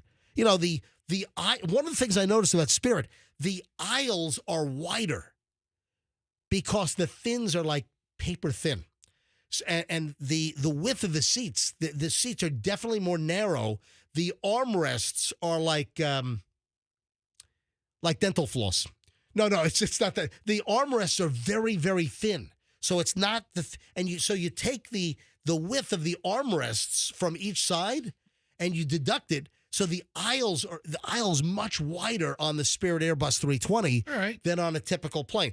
The seats are kind of hard plastic, and the tray table was like the size of one of those Andes little mints. You know, the Andes chocolate mints. Andes candies. Yeah. Yes. So the Andes. So the tray on my flight going was a tiny little thing like an Andes chocolate mint little rectangle. But coming back yesterday, it was a different seat. So there was a little bit of a larger table. But all in all, I'm telling you, folks, I got to be honest. I never thought I would say this. I would fly Spirit again. I would do it again. You know exactly what you're getting. I was able to do it with just the cheap fares. I had no carry-on bag. Did you get jammed in the middle? Hang on a minute. Nope. I'm about to talk about that. So I had no carry-on bag, and I had no check luggage. And, of course, Spirit's the airline. If you need to check a bag at the gate, they'll whack you for like $100. So I had none of that. I had a carry-on satchel. It went right under the seat in front of me. And I didn't even feel like they were like oogling or they were like looking for problems. It's like it was a pleasant experience. I would fly Spirit Airlines again. Now, the seating hack. First of all, if you book your ticket on Spirit, they're going to bombard you with emails. I don't think I've gotten more emails, from anyone in that amount. A lot of email. Hey, check your bag now. Save money. Would you like to pick your seat? No, I'm going for the full cheap Spirit experience. Here's the hack. I got a great seat, actually both ways, coming and going. I got a great seat, and I did not pay. So a lot of people, they'll get suckered into paying. Some of the seats were like $45, and if you wanted the big first class size seat up front, it's like $110 upcharge. But even regular seats, they were like $45 to choose ahead of time. Or I saw some as low as like $20. And then yesterday morning, I think some of the seats were $11. But you don't need to pay, folks. What happens is with Spirit, when you check in, if you don't pay for a seat, when you book, they automatically assign you a seat when you check in. But here's the deal. This is the gigantic hack. And I read this online. I found an article, 15 things to know before you fly Spirit Airlines. Seriously. Oh, you read everything. You did your research. I did. I did my research. And one of the things was how to do the seating hack. And what you do is as soon as you're 24 hours out and you get the notice, time to check in, don't check in. When you check in, it gives you the seat right away. You want to wait because Spirit Airlines computer, it fills the plane with all those that didn't pick a seat or pay for a seat. It fills the plane from the rear forward. And what I read was just keep watching the app and wait an hour, 2 hours, 3 hours, 4 hours. So my check-in Sunday morning was 10 a.m. on Saturday, so 24 hours before my flight. And I'm watching this thing, and 10 a.m. flight, and I noticed right at 10, the last like 3 row, everything was open. The whole rear of the plane was open. And then I noticed that the rows started filling up from the very last row all the way forward. I did not pick my seat until 11 p.m. on Saturday night. Whoa. Yeah. All right, but you can't get greedy. You got to find the sweet spot. And the sweet spot is, because I thought I was burned. So like 10:30, I go to check, and like, oh my God, 3 seats just opened up in the second to last row. So somebody either canceled, changed flights, or they paid for an upgraded seat. So the second to last row opened up. I'm like, son of a, I'm going to get stuck in the rear of the plane in the middle seat. So I waited a little longer, and then those seats were taken. And then everything was the exit row, like in the middle, those were available to purchase. And I said, all right, time to check in now. Boom, 7D. I got row 7, aisle seat D on the Airbus 320. Boom, didn't pay a thing. All right. Then on the way back, same deal. I just kept watching, let the rear of the plane fill up. And again, a couple of seats popped up after they were already off the chart. And I just waited. Those filled back up. And then I decided not to get greedy. I ended up in 19. So I ended up in row 19 yesterday, but I got an aisle seat again. And then you also want to look and see where if like the next seats that appear to be assigned are middles, don't do it. Just wait until you have full rows that are available. And then it assigns you the aisle or the window first and not the middle, apparently. So that's how the hack worked, and you don't have to pay for your seat. If you do that, if you're patient and you don't be like, oh my God, I gotta check in immediately. No, don't do that, because you're gonna get stuck in the back of the plane with the randomization. All right, that's the seating hack. And now on to the video, which has gone freaking viral. This could be it right now. The video that I shot is headed toward the most watched video that I've put on Instagram. The most watched is when I was on Breeze Airways for the first time last September with Michelle flying back from Norfolk. And the landing gear broke when we landed at Tampa International. I mean, the plane didn't collapse on the runway, but it was all herky and jerky. We had to get towed in. And I shot that video of, oh my God, I had the captain on the PA system talking about, yes, we got to get towed in. Our landing gear steering is broken. And that is like 96,000 views. But this one, this is insane. I shot this video of this little monster kid running around the airport. And guys, whatever questions you have, feel free to ask. But this video, let me check where I am right now.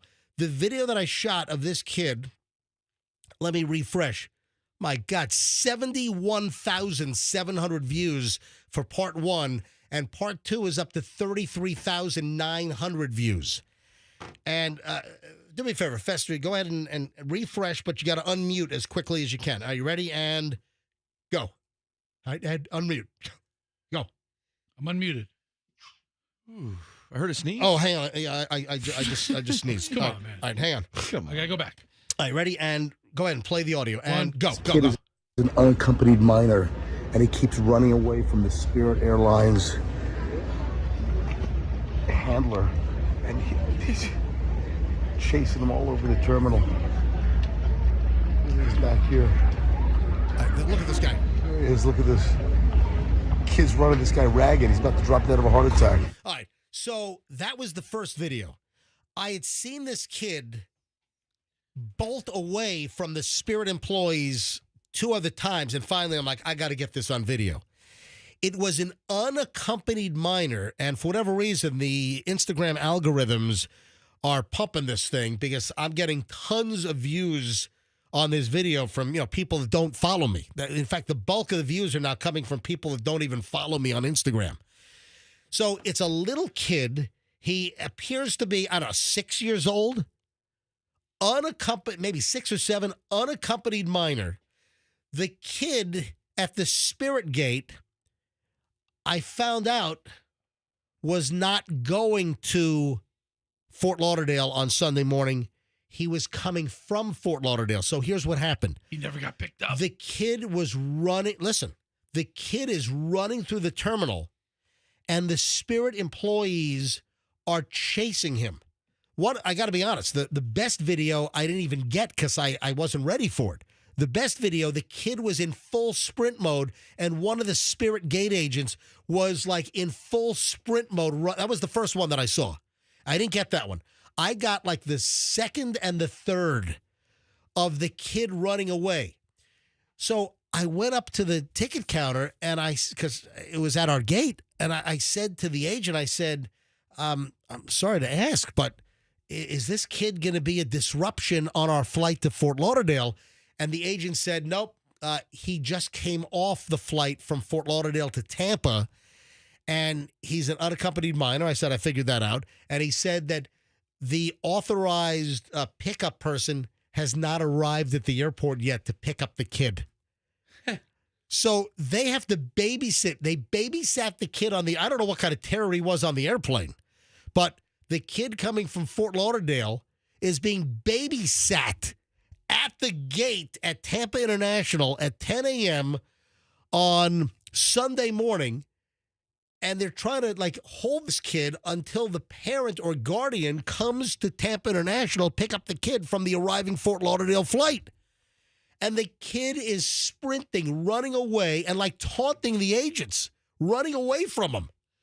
So the first video, you can see him, running toward me after he ran all the way down near TSA. He's running back, and the Spirit guy, there's a tall, thin Spirit guy, and he's like out of breath. The guy's like huffing. And that's why I said it looks like he's about to have a heart attack. So this video has taken off like a rocket. Then I shot another video. And this time he's running away. And another more heavy-set Spirit guy is running after him, and he's pointing. And there's like a flight attendant. I think he said the flight attendant, stop the kid. Then he runs into the men's room. It looks like he's pointing him to the bathroom. No. Feels like he's pointing. No, he's not. He's pointing to the kid running down the middle, and then he goes to the bathroom. So this kid is bolting away from the Spirit babysitters. It happened like 4 times. So, the one thing I would have done differently is I would have added music to these videos. Like, Froggy, I should have put this music underneath. Yeah. Always a fun one. Yeah, I should have put the music underneath. But I captioned these videos, unaccompanied minor running away from Spirit gate agents at TPA Part 1, and unaccompanied minor running away from Spirit gate agents at TPA Part 2. And the videos are on my Instagram right now at Certified MJ Radio. That's Certified MJ Radio. But the videos are being picked up by the Instagram algorithm, and far more people that don't follow me, like it's up to 72,000. So it's already picked up hundreds in just the last couple of minutes. All right, so what is the airline's obligation for babysitting once the flight lands? Well, they can't just leave the kid. The airline holds the kid at the gate until the authorized pickup individual, parent, guardian, whoever's authorized to pick up the kid has to arrive at the gate. They go to the ticket counter downstairs because they're not a traveling passenger. They get a special boarding pass to be able to get through security, TSA. You have to meet the kid at the gate. So here you get this rambunctious, the kid's wearing a wife beater. The kid is like 6 or 7 years old, and he's wearing I'm telling you, like That's he's comfortable for a flight. He's wearing a wife beater like he's in an episode of Cops. It's like a DV thing with the guy, is a domestic violence incident on the TV show Cops, and the kid's wearing a wife beater. If the authorized person doesn't show up for 7 hours, the airline is responsible for that long? They should be arrested if they do that. Well, they would probably, call the airport police. And then here's the aftermath. And, of course, we're just before boarding. He came off the flight that arrived, because they did a Fort Lauderdale turn. The flight left Fort Lauderdale at, 8:10, 8:20, arrives in Tampa. Then it turns right back around and flies Tampa back to Fort Lauderdale. And he came off that Fort Lauderdale flight. But how about the nerve? You put an unaccompanied minor on the flight, and the pickup person, the mother or father on the other end, is not at the airport to pick up the kid. That's pretty freaking nervy. The nerve of who? Yeah. It sounds like The nerve of the parent. They've I got feel the bad system for the figured kid. out. Unless they know the kid is all amped up and probably needs all kinds of ADHD medication or something. Look. And, they're like, oh, man, I'll let Spirit deal with him for a while. I'll just get to the airport late to pick him up. Let the kid run for a little bit. These parents know what they're doing. But you ought to see the comments that people are leaving. The comments there's like almost 200 comments at this point. Here's, I thought parents or guardian had to stay with the kid until they boarded. Yeah, but he was coming in. Behavior issues, just like a lot of the adults that fly Spirit. Yeah, you got to go read the comments on this thing. The kid is scared of bleepy Spirit Airlines. Kid's a mess. How old do you think the kid is, if you had to guess? I said he was like 6 or 7 years old. Okay. I think it might be younger than that. Yeah, I think he's younger. How old do you think the kid is? 4 or 5. No, I he's think- not. He's 4, not 5, 4. 6. I don't think he's older than I 5. I said 6 or 7. Roxanne says 5. Go look at the video. People are like, my God, this video is hysterical. 2 different Spirit Airlines employees chasing after this kid. Anyway, the videos are up. Part 1 and Part 2, they're up at Certified MJ Radio on Instagram. That's Certified MJ Radio. Oh, here's one. With a mustache like that, you can't be running after children. Oh, my God. I would not want the responsibility for the price of a ticket. Who lets their kid fly on their own? The kid knew exactly what he was doing, looking back. He's kind of looking back while the Spirit guys are running after him. This kid was a behavior nightmare. Could he be scared spitless? I mean, he lands at this airport, this foreign airport, maybe? He's never been here before? There's a Part 3 that I did not get on video because we were getting ready to board, and the parents had still not picked up the kid. And there were 2 I think, Spirit women that were then holding the kid's arms and walking him away. So I don't know if they were I don't know where they were taking him, but they were kind of like sort of dragging him a little bit. Tell you what, man. How long did this whole thing go on for? 15 minutes? Maybe 15 minutes? The truest that I noticed. Right. Of all the comments I've seen, and I haven't seen them all, Be Like the Hippo 81 says you are getting a lot of content out of this cheap flight. Yeah. Oh, yeah. That folks, is the truest one of them all. And that's the beauty of Spirit. Yeah, you've got to go look at the videos on my Instagram, Certified MJ Radio, of this kid running the Spirit people ragged, but read the comments as well. There's like 200 comments already that people have left. Does Spirit have any in-shape employees working the gate? Yeah, and then someone even said, like, it's MJ Worldwide Hip Hop. All right. You look at the video, Certified MJ Radio. It's 2 videos, Part 1 and Part 2, and you'll be able to see it. It's captioned, and you'll see the little kid in the white wife beater T-shirt. 5 or 6 years old. That's what you think, Roxanne? I think I'd say 5. Yep. And then I was just concerned the kid was going to be a disruption, and that's why I went up to the counter and I said, "Is this kid going to be a problem?" And that's when I found out that he was arriving, that, what was this kid like on the flight? Would he be running up and down the aisles? Who would control the kid on the flight? Would they have to get out the plastic handcuffs and, like, cuff him to the armrest? If I never hear the word Spirit again in my life, in any context, I'd be okay. All right, enough of the airline. Oh, one other thing regarding Spirit, Froggy. Maybe not. I saw the highest number of aisle rushers. Oh, yeah. Yeah. You know what an aisle rusher is, Froggy? They rush to the aisle. About Can what you time? hang on? What? I said, what time? When do they rush to the aisle? I At don't what know how point? it works. I only fly Southwest. Yes. What do you think it is? It's when it's time to disembark. Yes. Every airline So- has aisle rushers. Yeah, but I had the highest degree of aisle rushers. Like slingshotting themselves Oh, from my- the back of the plane to the front. I've never seen so many aisle rushers, and those are the folks that when you land, you pull up to the gate, and they're in the back of the plane, and they start like sprinting, like they're about to beat 33 rows of people. I always figured that's just like a first-time flyer, and they don't know Yeah. the rule. Oh, my God. It's like an unwritten rule. How far do they really get?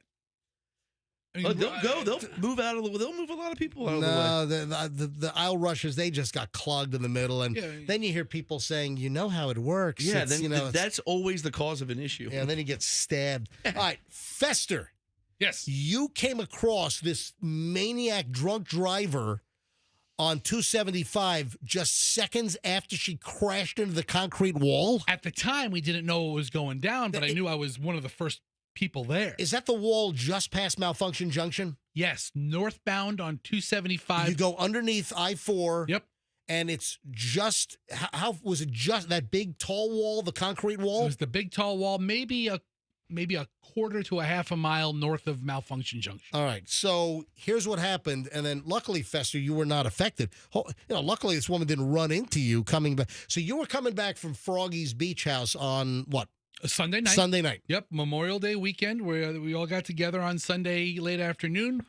I left about 8:15 or so, 8:30, and we're heading back to Tampa. And then this. Traffic is running super smooth.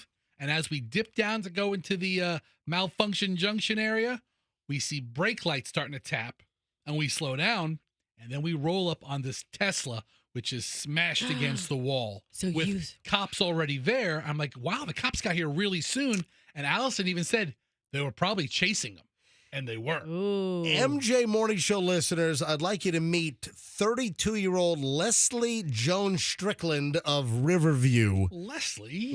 What are you doing, Leslie? 32 years old?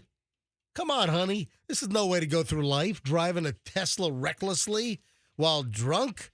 So this woman, Leslie, from Riverview, she was being pursued by the Florida Highway Patrol.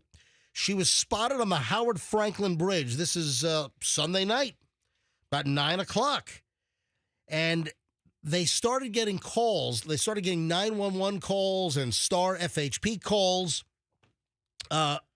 Sunday night about an erratic driver. According to the FHP press release, they got, people were calling in. There was an erratic driver that was swerving, weaving on 275 North on and near the Howard Franklin, all over the road. And the driver was in a white Tesla. It was in and out of its lane. It was swerving all over the place. It was speeding up, slowing down. I mean, going from lane to lane.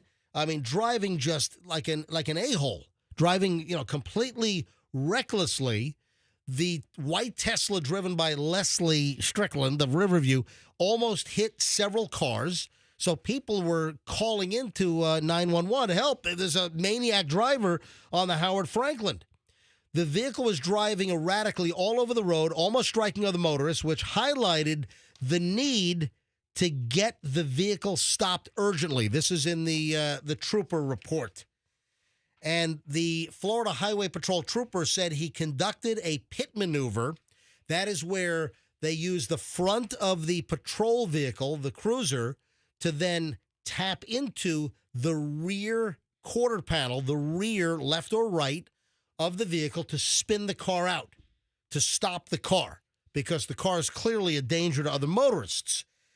So the trooper did the pit maneuver, but the driver steered out of the pit and then kept going. The trooper said he was forced to conduct a second, more aggressive pit maneuver and finally got the vehicle stopped because it slammed into the wall just before you get to MLK on 275 North, just past Malfunction Junction. Yeah, it happened right where it says about a half a mile to MLK exit. And there are people listening right now that are driving, and it's right where it says MLK, half mile, just past Malfunction Junction, 275 North, and the car smashed into the wall, and then the trooper in the Dodge Charger then kind of boxes the vehicle in. Did the airbag go off? All the airbags. Oh, you yeah. look at curtain airbags. Yeah. And we noticed because we drove by it and Yeah. you could see the white Tesla Yeah. because this officer stays where he is and another cop car Please call him a trooper. pulls in front of him. Yeah. And we're like, okay, every airbag went off and the dust was still in the air. So we man. knew that it just happened. So Fester came across the end of this pursuit just seconds after it happened. Yeah, I mean, if I was a minute earlier, I would have seen the pit maneuver. Oh, man. Wow. I told my damn kids to hurry up, let's go. So the driver, 32-year-old Leslie Joan Strickland of Riverview, according to the FHP report, reeked of alcohol. Well, it says smelled of alcohol. I'm going to juice it up to reeked of alcohol. Bloodshot eyes, slurring her speech, couldn't stand straight, couldn't stand upright, confused about what was happening. Why are you pulling me over? What happened? Where am I? She refused to blow, so there was no breath sample after the implied consent warning, according to the trooper. After the woman was given her Miranda rights, you have the right to remain silent, she admitted to having a few drinks, but then clammed up and wouldn't say anything else. Charged with DUI and fleeing to elude. That's a felony. So fleeing to elude is a felony charge, if I'm not mistaken, in the state of Florida. Oh, she's screwed. Yeah, she's going to need a good lawyer. Yeah, does anyone know Joan Strickland of Leslie Joan Strickland, 32 of Riverview? Anyone know her?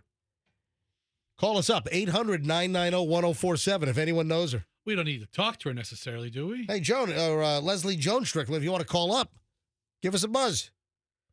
Unless you're still drunk. 800-990-1047. 800-990-1047 is how you get on.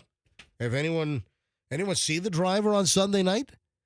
Anybody know this woman? Let us know what's going on with her. And listen, Leslie Joan Strickland, if you're listening, call us up.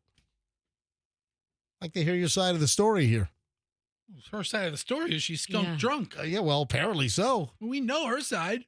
And then Fester saw your aftermath. All right, 800-990-1047. I doubt we'll get any calls on it, but I thought I'd give it a shot. Her side of the story is that concrete wall's no joke. Speaking of airlines, what did I say last week about that American Airlines flight attendant who hid the cell camera, like taped it to the toilet seat in an American Airlines lavatory? What did I say after the law firm representing American Airlines initially said that the 9-year-old girl should have seen the camera on the toilet seat? What did I flat out say on the show last week when we talked about this? Fire the law firm.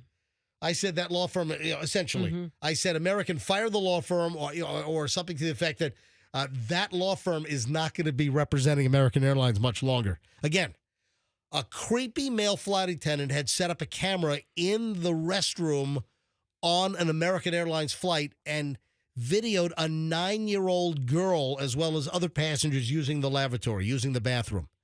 And then in the defense of what happened, the law firm had written a brief, or their legal position was the 9-year-old should have seen the camera on the toilet seat. And they filed that, but then withdrew that. But it was too late. The cat was out of the bag. And I said, oh, my God, that law firm is not going to be representing American Airlines very long. And sure enough, American Airlines has fired the law firm. American Airlines has replaced the law firm that told a judge a 9-year-old girl was negligent in not noticing there was a camera taped to the seat in the airplane lavatory. An airline spokesperson for American Airlines confirmed that the Wilson Elser law firm is no longer defending American in a lawsuit filed by the girl's family. I mean, I knew for that to be a defense for American Airlines, the 9-year-old girl should have known there was a hidden camera in the bathroom. Who came up with that? I don't know. Ugh. That's what I said on the show last week. I'm like, who's the legal genius that came up with that? My God, Froggy, you slumbering over there? What are you doing? Oh, I mean, I'm listening to you, buddy. You were entertaining me. All right. Just checking. I just thought maybe you dozed off or something over there. Almost. But that's just nuts. This law firm is not a small firm. No, I went to their website. It looks like a very large law firm. Oh, look at this. Go up to the top first. So the law firm is Wilson Elser, and it's got looks like they do a lot of transportation stuff. Their website says the preeminent defense litigation firm. At any given time, are more than 1,000 attorneys are engaged in as many as 100,000. Listen to this. At any given time, our firm of more than 1,000 attorneys are engaged in as many as 100,000 defense and coverage matters. Okay, that is messed up because if you picture one bonehead coming up with this idea, hey guys, I have an idea. I wrote it down. I'm just going to go ahead and submit it. The 9-year-old should have known there was a camera in there. If it's one person that comes up with a stupid idea, maybe they were high, maybe they were hungover, but you're talking about a committee of attorneys sat around and came up with this idea. This still could be one person's idea. Mr. Elser could have had a meeting and said, okay, no bad ideas. Give them all to me. No bad ideas. Scroll back down to the stats. I stop right there. So you scroll down on the firm's website, and here's firm facts. Accomplished litigation coverage and trial attorneys. 1,175 attorneys. That's a lot. Listen to this. Ranking in the AmLaw 200 by gross revenue is number 103. Years of defending domestic and international clients, 46. Clients represented in 2023, 4,731. It's a good year. Defense and coverage matters handled in 2023, 120,580 cases. They need to add a new line. How big is their lunchroom? Suggesting that a 9-year-old see a hidden camera on an American Airlines flight. One. Fired by American Airlines. One. they need to add that, but right now I'm viewing them as the improv attorney law firm, like the yes and, like, I got an idea. It was the 9-year-old's fault. Yes, and she should have known it was in there. Yes, they just go with any stupid idea for defense. Does this law firm turn down any case? I don't know.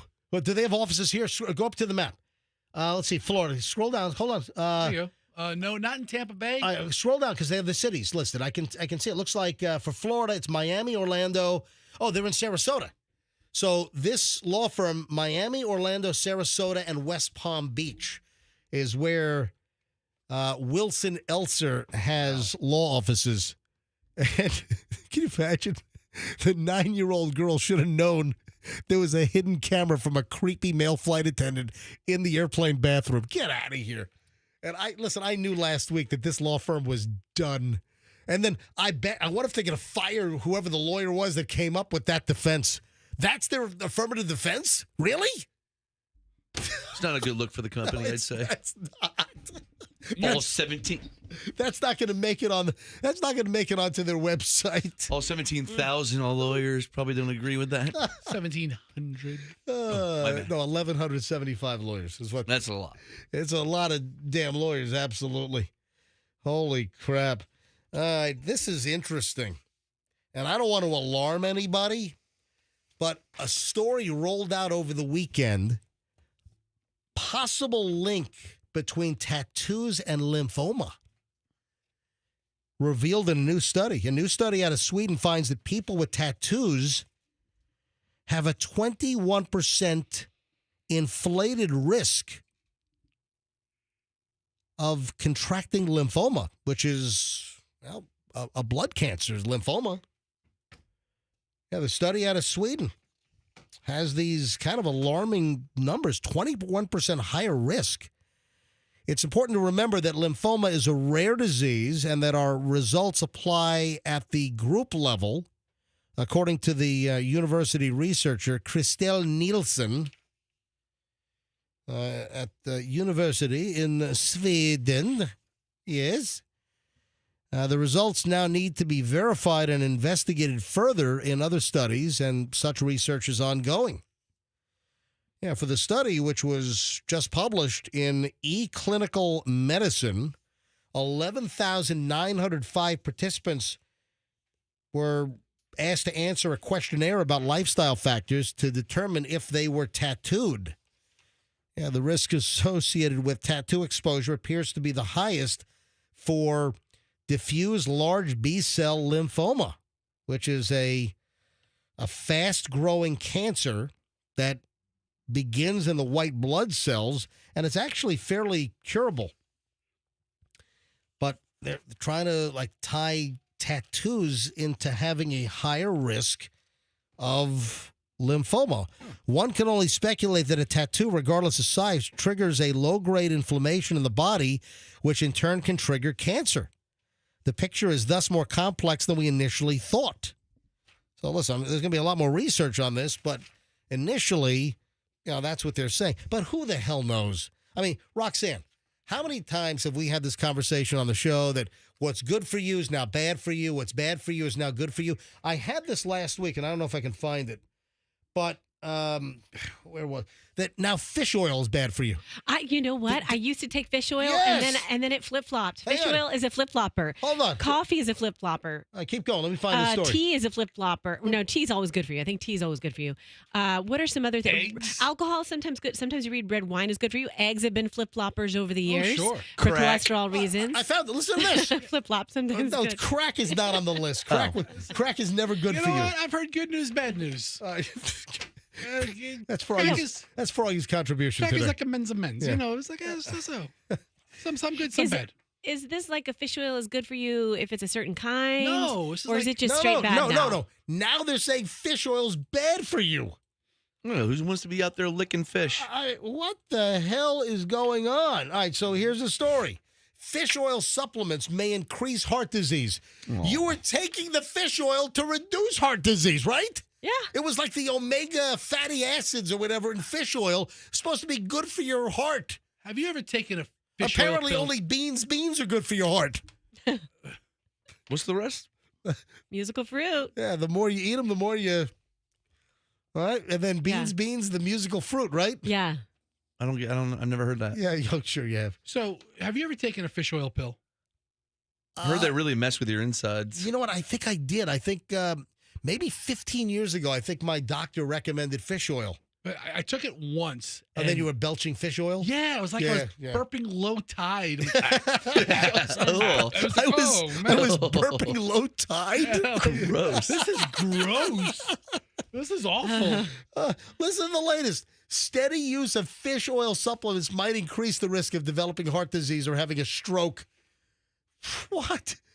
This is the exact opposite of why everyone was taking fish oil or still takes fish oil. Regular use of fish oil supplements might be a risk factor for atrial fibrillation and stroke among the general population, according to a brand new study last week in the journal BMJ Medicine. Is that the British Medical Journal? No, it's the Bowel Movement Journal. Oh, come on. Oh, is it? BMJ, right? It must be. All right. But it could be beneficial for progression of cardiovascular disease from atrial fibrillation to major adverse. I don't know what the hell they're saying here.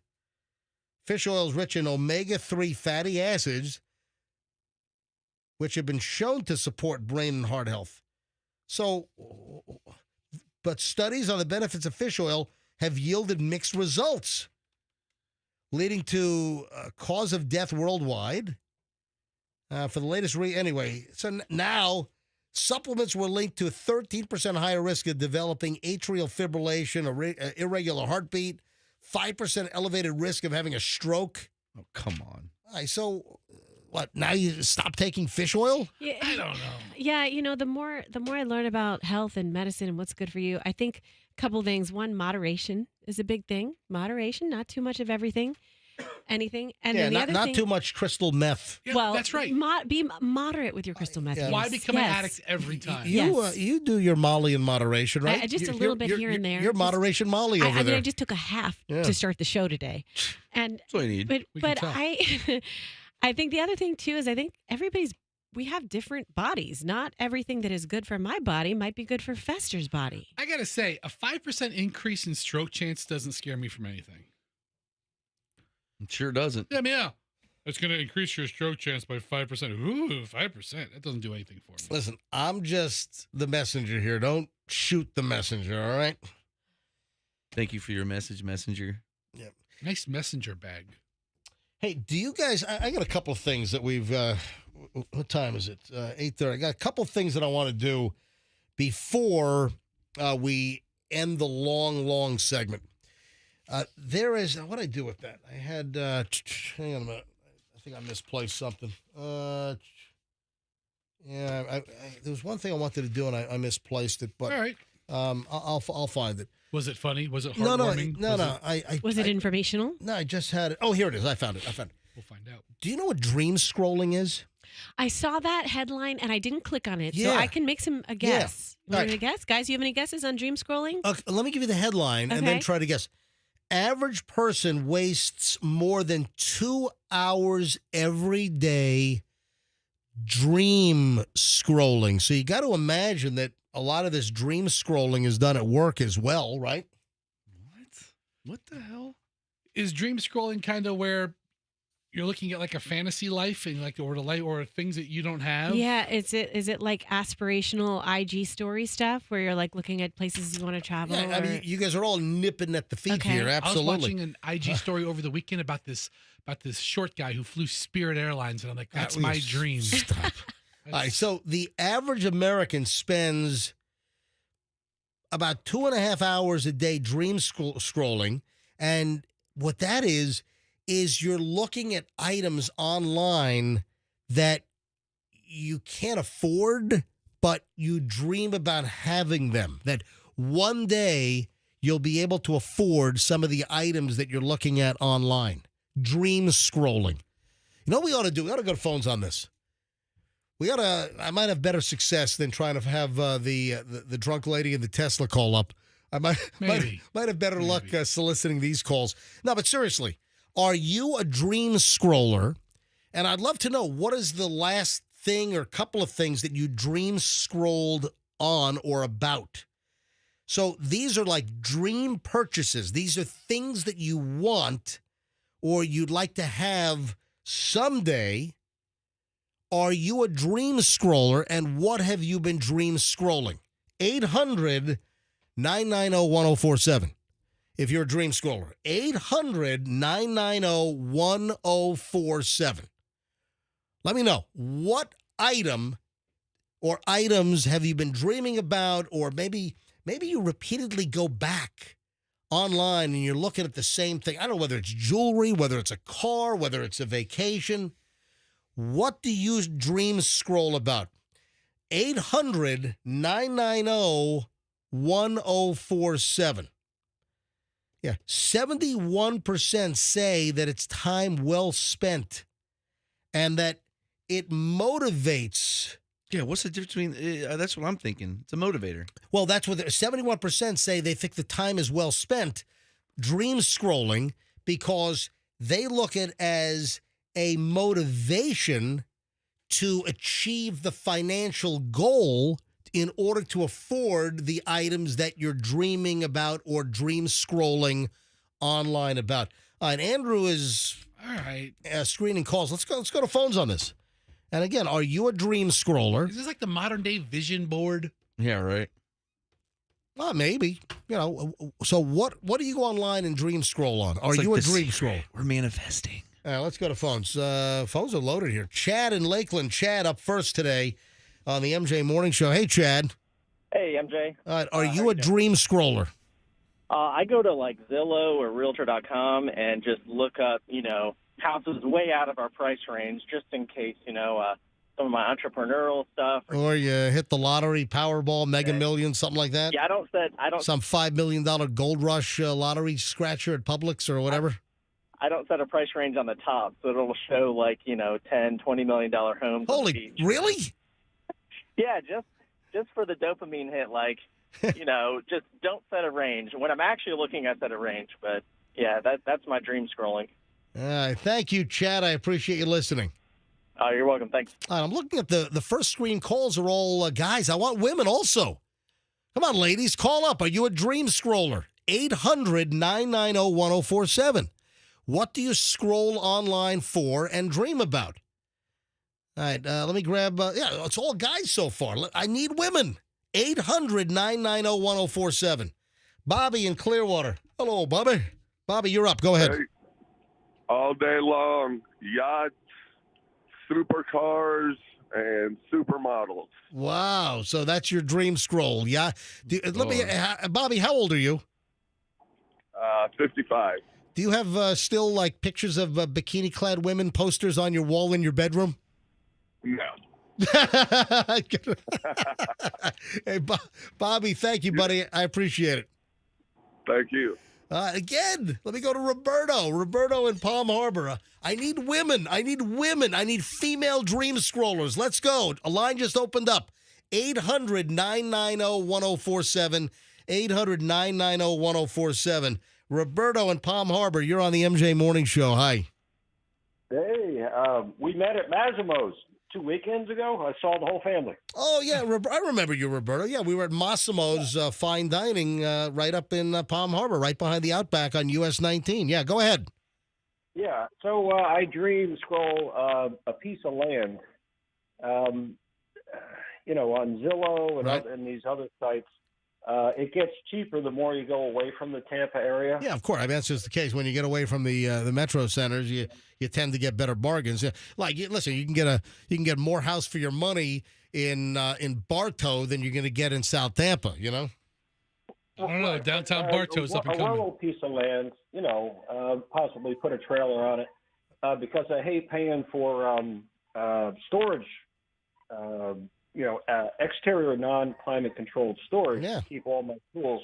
It'd be nice to have a piece of land you could park a project car. Yeah, you can just build one of those Butler buildings or whatever. Yeah, Roberto, but are you really dream scrolling? Are you looking for land? What are you doing? oh, I think you're dream scrolling. Hey, Roberto, great to meet you, and thanks for calling in. All right, we have women are calling in now. Thank goodness. The women are getting through. Let's grab Lynn in Largo. Lynn, we're talking about dream scrolling, and that average person wastes over 2 hours a day, 2.5 hours a day, dream scrolling, looking at purchases they'd like to make someday when they can afford them. Lynn, do you do this? Yes, I go for cars. I'm looking for a 1969 Candy Apple Red GTO. Oh, man, a Pontiac GTO. Lynn, First of all, I love this. Lynn is a muscle car head. Hold on, Lynn. Why are you looking for that? To buy it? I've wanted one ever since I was a kid. My uncle had one, and I've never had a chance to get one. So I always look to see if maybe I'll come across one. Wow, a 1969 Candy Apple Red Pontiac GTO. But if you found one, would you buy it? Or is it just dreaming? No, I'm hoping to get one day. Then that's not dream scrolling. Oh, well, hold on. Then you're shopping. Hold on a minute. So do you have the money? How much is a great condition 1969 Pontiac GTO? What do they go for? A lot more than the car I have now. Yeah. All right. So, I mean, are they 50 grand, 60? How much are they? Roughly around 53, 55. All right. Can you afford that? Do you have the money? If you find one, do you have 55 grand or 60 grand? To pay off all at once, no, but to pay payments, yes. All right. Well, is that dream scrolling then? That could be borderline. Anyway, Lynn, thank you, and good luck with your pursuit. All right, look at this. Now all women are on the line. This is great. Jenna in Tampa. Jenna, are you a dream scroller? Yes, I am. I'm a dream scroller. And what are you dream scrolling on? I'm dream scrolling to have a more successful career and a better me every day. So I dream scroll by looking at more successful people than myself. Yeah, that's like aspirational scrolling. Yeah. I'm sorry? Aspirational scrolling. Yes. Well, I dream scroll because when I have a more successful career, I'll make more money and therefore I'll be happier. All right. Is that how it works? I don't know that money is always the key to happiness. That's what people with money say. Yeah. Investors listen, I've always heard it's better to be miserable and rich than miserable and poor. Hey, I've always heard more money, more problems. Yeah, listen. Jenna, thank you. I appreciate the call. Caitlin in St. Pete. Caitlin, are you a dream scroller, scrolling for things that you hope to afford one day? I am. There's a couple of things I always scroll about. I scroll for a new car and trips I can take with my husband, while my husband dream scrolls about boats. Yeah, it's dream scrolling, all right. Yeah, is he scrolling for like just a little 22-foot fishing boat, or is he scrolling for, gigantic yachts? Not yachts, but he's going for at least like 30 to 40 feet. Yeah, it's very big. Yeah. He likes fishing, and he definitely works a lot. So. Yeah. Well, I really appreciate you checking in with us. All right. Have a good one. Oh, hang on a minute. It just hit me. What? It just hit me. Are you ready, guys? 2 hours a week? A day? What was this? A day. Yeah, it's average person wastes more than 2 hours, and apparently it's upwards of 2.5 hours a day dream scrolling. That's a lot of time living somebody else's life. You should be working. And this You're amounts, not going to get to your goals. Yeah, this amounts to 873 hours a year. Oh, man. Dream scrolling. All right. I saw a guy who put a post online. He goes, I have 10 grand. How do I make it 100 grand? And one guy goes, buy a car and go to work. I'm like, that's right. Go. Cindy in Tampa. Hi, Cindy. You're on the MJ Morning Show. Hi. Hey. What's up? I'm a dream scroller. All right. What do you dream scroll on? Large amounts of property. If I ever win the lottery, I like old cars. All right. So, Cindy, what is your dream property? If you ever win the lottery, what's the first property you're going to buy? What type and where? Land. But where? Probably Brooksville. Oh.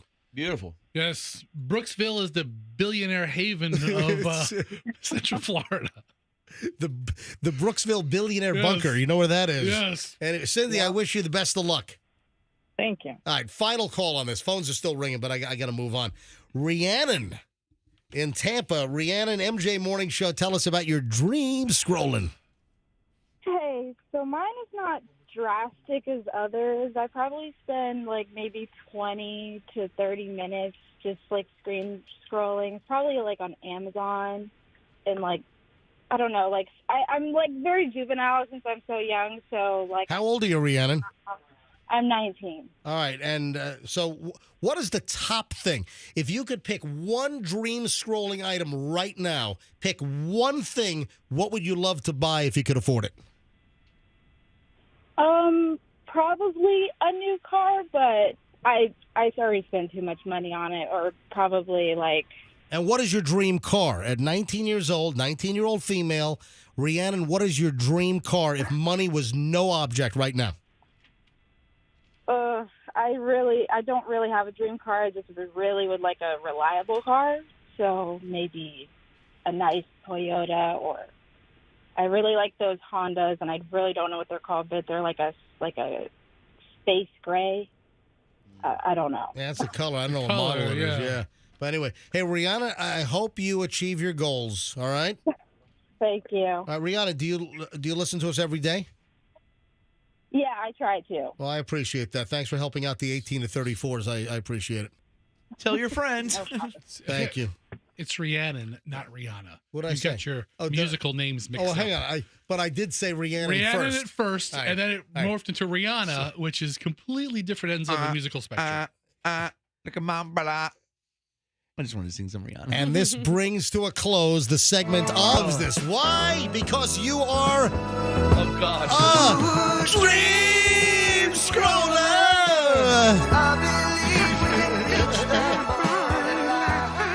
tearing up. Yeah, I feel like I just got punched in the face. Froggy wants to brain us. What? No, Fetcher sounds good. It's just you. Dreams. There you go. That's Thank good. Oh man, what the hell happens locally? What causes the local insanity? But specifically, what? Because as soon as you said that, one story popped into my mind.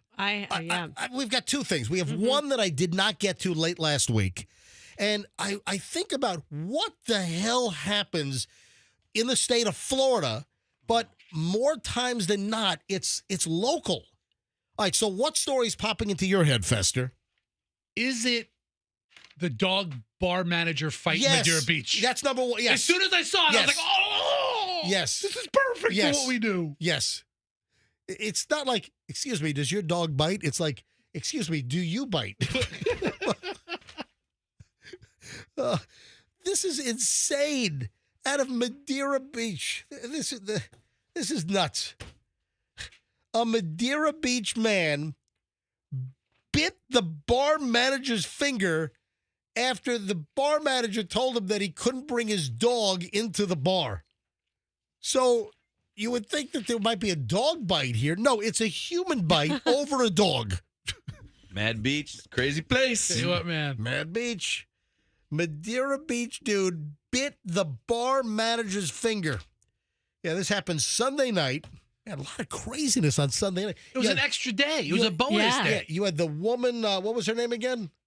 The Tesla. Strickland? Yeah, Leslie Yeah. Leslie Jones Strickland driving her Tesla all drunk on 275 North and then got pitted into a wall by the FHP after weaving and swerving, nearly hitting cars north on the Howard Franklin. Then, she gets all the way through the West Shore District, got all the way through downtown, and then got pitted just past Malfunction Junction a half mile before the MLK exit into the wall.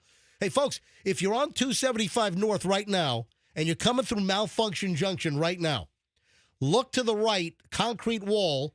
As soon as you see the big green sign that says Martin Luther King Jr., a half mile, look at the wall. You'll see all the marks on the wall. That's where the Tesla got pitted into the wall after she was weaving all over the place, and the FHP stopped her. So here's the latest. Sunday night, and the drunk driver in the Tesla, that was Sunday night as well. Sunday night, Kenneth Alvin Davis III, 27, he goes into the Undertow Beach Bar, which is at 3850 Gulf Boulevard, walks in with his friends and a dog. So a guy walks into a bar. Some of my favorite jokes start that way. All right. According to the police affidavit, the group got rowdy, or actually in the police report it says unruly, when the manager said, "You can't bring your dog inside the bar." So that's when Kenneth Alvin Davis III, he lunged at the bar manager and bit the guy's finger. Ouch! Sometimes you got to bite. Oh, my God. Hey, it's Florida, baby. It's Tampa Bay, baby. It's Pinellas Park, baby, or Pinellas County, baby. This was what? It's Mad Beach, Madeira Beach. Madeira Beach, baby. Oh, my God. At the Undertow. You know what? I haven't spent any quality time at the Undertow Bar. Looks like a cool place. I've been to the Undertow. I don't think I've ever been. You know what? The last time I was at the Undertow, Julian was born that day because it was on the 4th of July. Are you serious? And I was at the Undertow when I got the call. Hold on, you were at the Undertow 20 years ago? Yeah, I was at a beach bar getting hammered. Julian turns 20 on July 4th. Can you believe that? Julian, who just finished his first full year at NYU, turns 20 on the 4th of July. And you were at the I was Undertow. 24 years old, living the dream. You were at the Undertow Bar 20 years ago. That's right. Wow. Is that the last time you were at the Undertow? That is. But you had a nice time. Lovely. Lovely time. You know what I'm thinking? What? I'm thinking we need to do a little group event at the Undertow Bar and not bite the manager's finger. What do you think? Let's go. No way. I want to bite someone. We got to do an MJ Morning Show listener appreciation party at the Undertow Bar, and maybe we do a little finger wrestling with the manager or something. Yeah. You know? Thumb wrestling. Thumb wrestling. Thumb wrestling. 1, 2, 3, 4. Yeah. I declare a thumb war. Yes. But then there was a throwdown. So after the manager says you can't bring the dog in here, and Davis bites the manager's finger, then the rest of his group, it was like a ballroom blitz. It's a ballroom blitz. Ballroom blitz. My God. So his friends begin fighting and punching other bar staffers. Pinellas County deputies had to, separate everyone. This turned into a barroom brawl. Someone in the back said, "Everyone attack," right? Mm-hmm. It turned into a ballroom blitz. Oh, man. We're going to turn it barroom blitz. The manager did not file battery charges.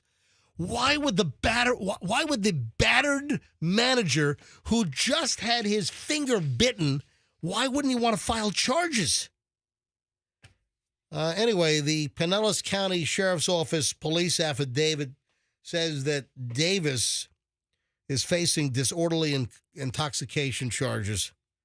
So, I believe being the manager of a Mad Beach bar, seen a lot. Seen all kinds. He probably already lost 3 fingers. And then the other story that I didn't get to last week is another local story where this woman battered a guy, arrested for domestic violence charges here, threw a cinnamon roll at the victim. All right, so that's like, fantasy role play for me. I love that. No, and roll is the operative word because a cinnamon roll, it's ROLL as well as ROLE, isn't it? I love a cinnamon roll. Take them both ways. Anne-Marie Lunatic.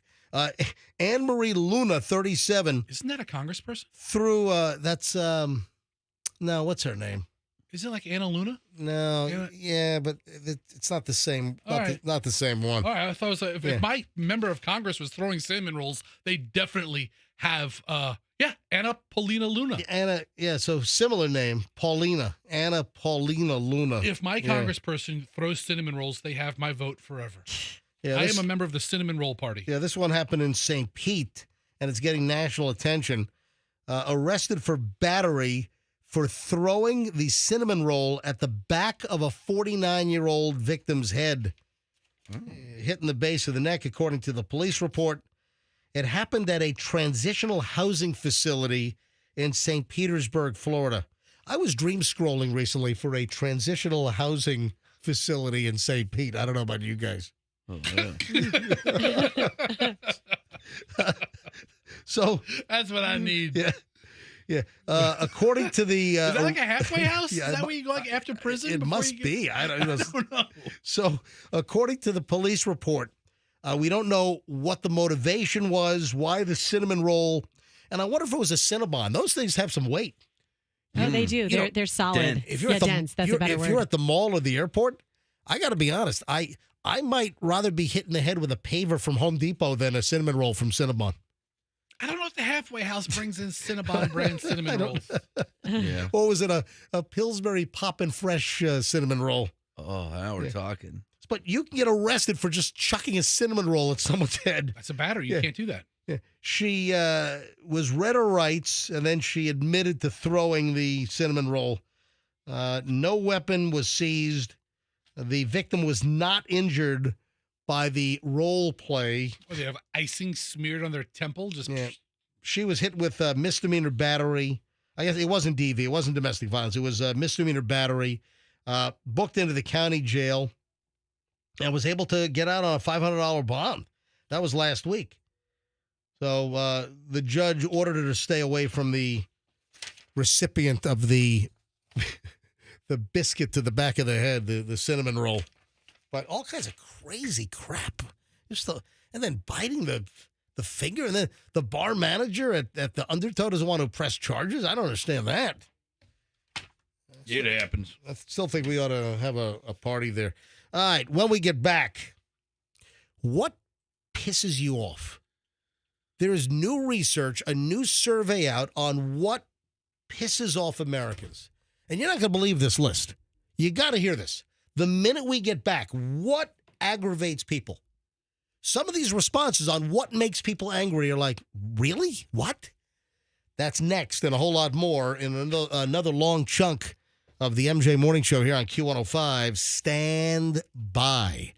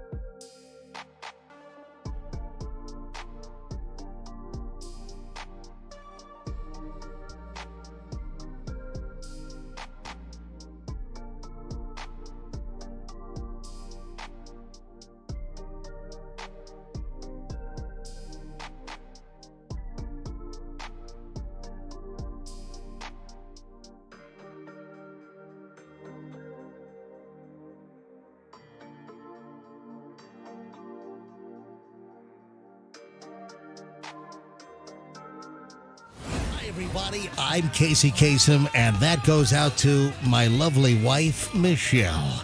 Michelle, one of her favorite songs, Two Princes by the Spin Doctors. And now we're up to the number one song in the USA. All right, I'll stop doing the Casey. Froggy's giving me the death stare over there. Yep. No, I think there needs to be a moratorium on it. Moratorium? All right, I have in my hands the list of top things that piss off Americans, that make people angry, and it's a really interesting list. Oh, before I get to that, just quickly, 76,000 views on this little video that I shot at Tampa International on Sunday morning. You're going to be checking that all day. Of the kid running the Spirit Airlines gate agents ragged. Yeah, kid coming in from the flight that arrived. Yeah, flight comes from Fort Lauderdale to Tampa. Then I was getting on the Tampa back to Fort Lauderdale Spirit flight. Unaccompanied minor. And the kid is being held at the gate because they're waiting for the Guardian to pick him up at the gate. And they couldn't be at the airport on time. The kid is running away and sprinting down the middle of the airport, like gone. And I watch him running after this kid. Finally, I rolled video, and I posted 2 videos. One of the Spirit guys looks like he's out of breath, about to drop dead of a heart attack. And the video has gone like somewhat viral. Oh my God, it's 600 views in the last minute. I literally, just at the very end of Two Princes, the Spin Doctors, it was 76,000 even. And I just refreshed, 76,600. You know, MJ. What the heck? If this gets shared by the right people. Oh, my God. How many shares do you have? Can you see that? I don't know. I don't know if I can see those. Yeah, you can. It's just a little. Oh, I got to dig into the analytics. No, show me. Give me your phone. All right. I'm not giving you. I'm not giving you my phone. Are you kidding me? I'll show you. No, just show me during the break. Oh God, I want to smack you. And if you haven't seen the video yet, and the bulk of these views, I think, are non-listeners. The bulk of just people around the world on Instagram. That's the beauty of it. Yeah, my video is getting picked up by the algorithm. Good for you. And there are 2 videos I shot. The first one is getting the most. The second one's getting good coverage as well. But if you want to see this little 6-year-old kid in a little wife beater T-shirt, I swear, running away from the Spirit Airlines gate people. Yeah, 101 people shared it right there. See the little envelope flying airplane? Hold on, is that what that means? Yeah, you click on the video, 101. So that it's being shared. Okay. That's how you can tell that. Yeah, these are people who have no idea who you are or that you exist. Yeah, and they put it on their page. Right. Is that how it works? And it's like, that's how you build. You should get a lot of new followers out of this as well. I have. I've seen a lot of new follower from my reel. So if you haven't seen the kid just running around and making the Spirit employees chase him through the airport. Good for him. Yeah, they're probably thinking, oh, my God, we're responsible for this kid. He's going to be gone. How do you explain to the parent, yeah, we lost your kid? First of all, they needed to tranquilize this kid. They needed to, give him, a 3-day supply of melatonin or something, because the kid is a rambunctious kid or whatever the story is. But there are over 200 comments now and 76,000. Let me see how many it's gone up since I've been just talking. Yeah, another 200. Now it's up to 76,800. So 200 more views since we just been talking here. Anyway, it's up on my Instagram. 2 videos. It's the TPA incident video 1, and then the Spirit agents chasing the kid at TPA number 2. And these are on my Instagram feed right now at Certified MJ Radio. That's Certified MJ Radio. At 9:10 here on the MJ Morning Show, I have the things that tick off Americans most. What is it? What is this list? This is interesting. So these people apparently were handed a list of all these different items, and then the 2,000 people that were polled, they then prioritized what made them the most angry, what ticked them off the most, the second, the third, the fourth. And this is pretty interesting. And I'll start out at number 1, and then I can backtrack because I have the whole printout on the list here. But Americans surveyed, and then also, this is also fascinating, the age at which you become grumpy. So it's like the grumpy trigger age. And, we had something like that, we had something similar like a week ago. But here's the deal. The number one thing that makes people pissed off right now is the cost of food. and essential items. That's number one on the list. Number two, politicians.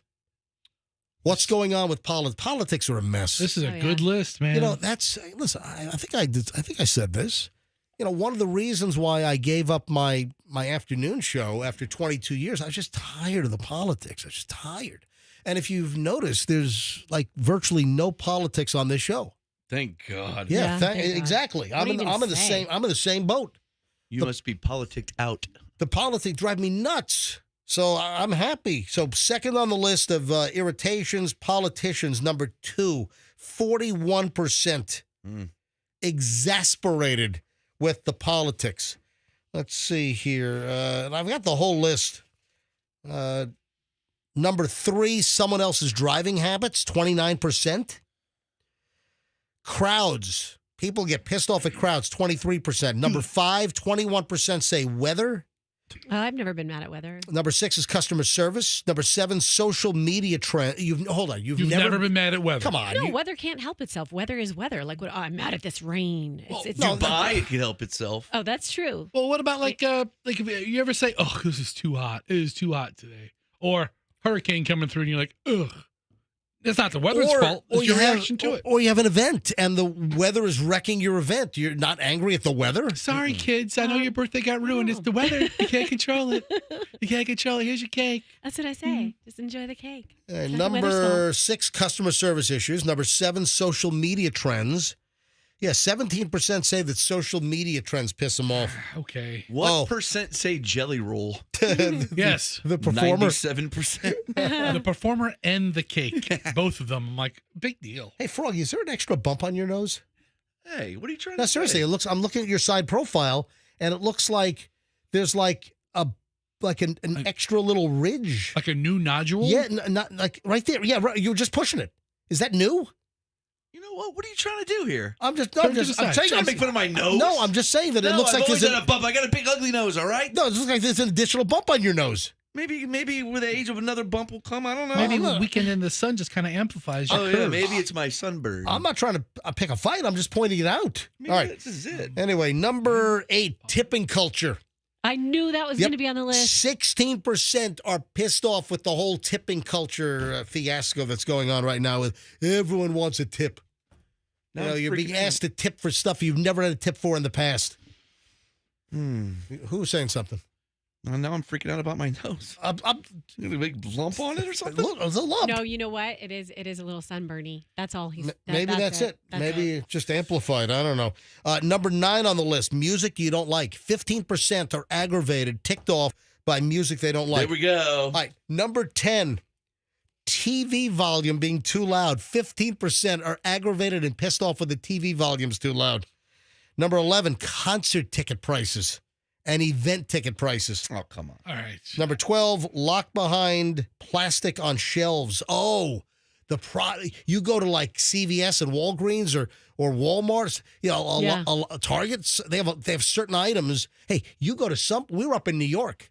And it was like 90% of the store was like behind a locked cabinet. I saw on Reddit the Target in San Francisco, and it was all plastic cases. People have a problem with my locking door kits? Really? Yeah, people are angry at locking shelf doors. Well, they sell very well, so deal with it. Is that part of your shelving empire? That's all I sell is locking door kits. Sliding door kits and locking door kits. Next time I buy some teeth bleachers, I'm going to be like, can't get into these. Guess what? Froggies. Those white strips are like high theft item. Right? Those teeth bleacher, like Crest white strips, those are one of the things that those get shoplifted the most. I think aren't those all behind cabinets now? I think so. That's right. And then some have the one where you just lift up the plastic. What's the difference between it being on the shelf? I guess when you lift have it you up. ever lifted up the plastic? It should be locked. Have you ever lifted the plastic? I think it alerts them, right? It gives off like a little chirping sound. A ding? So they know that you're at least reaching for it Gotcha. to look. I don't know how much that does anything, but I don't tend to buy a lot of things that are behind plastic. no. Yeah, I don't know. Well, why. like in the men's section, like the razors are under plastic and stuff, and they still get stolen. AI. 14% of people are pissed off at AI. If I never hear AI and artificial intelligence again, it would be too soon. The movie was terrible too. Yeah, I hate it. I hate the whole AI thing. Let's see. Reality TV, also 14%. Oh, self-checkouts make people angry, 13%. Yeah. Computer issues, 13%. Tech billionaires, 12% of Americans are pissed off with tech billionaires. Excuse me, we have feelings too, people. Oh, Jay, I put you in that 12%. I think I read over the weekend that Elon Musk just raised another $6 billion for his new AI venture that's now valued. So it's like a valuation of like $25 billion. That's right. We take over the world. And they do nothing so far, I don't think. I get billions of dollars just by snapping my fingers. I mean, Tesla's like collapsing, you know. Hey, be careful what you say about my exactly business. say collapsing, but you sound like Eon too. What? Who? Me? You? I sound more like Jeff Bezos. Hello, Mr. Bezos. Good to see you. Good to see you. Did you hear Elon? the articles talking about how we are annoying people? Did you see my new rocket? I made it look like my weeder. My rocket's bigger than your rocket, you little Jeff Bezos. Shaped after my weeder. Can I finish? Can I finish the list? Shut up! It's a wiener off between the tech billionaires. You have micro rocket. It's a big rocket, but it just goes up and goes down. Oh, just like my Hold weeder. on, you're Bezos? I'm Bezos. Apparently, this is his Bezos voice. He sounds like he's a little southern. I'd like to tell everybody, if you'd like to see my wiener, just look at my... Stop with the wiener talk. It's my rocket. All right, stop. Hey, guys, Mark Zuckerberg here. Can I be involved? Stop. Okay, Mark. No, I don't need Mark Zuckerberg Sorry, here. I'm out of here. I don't like him.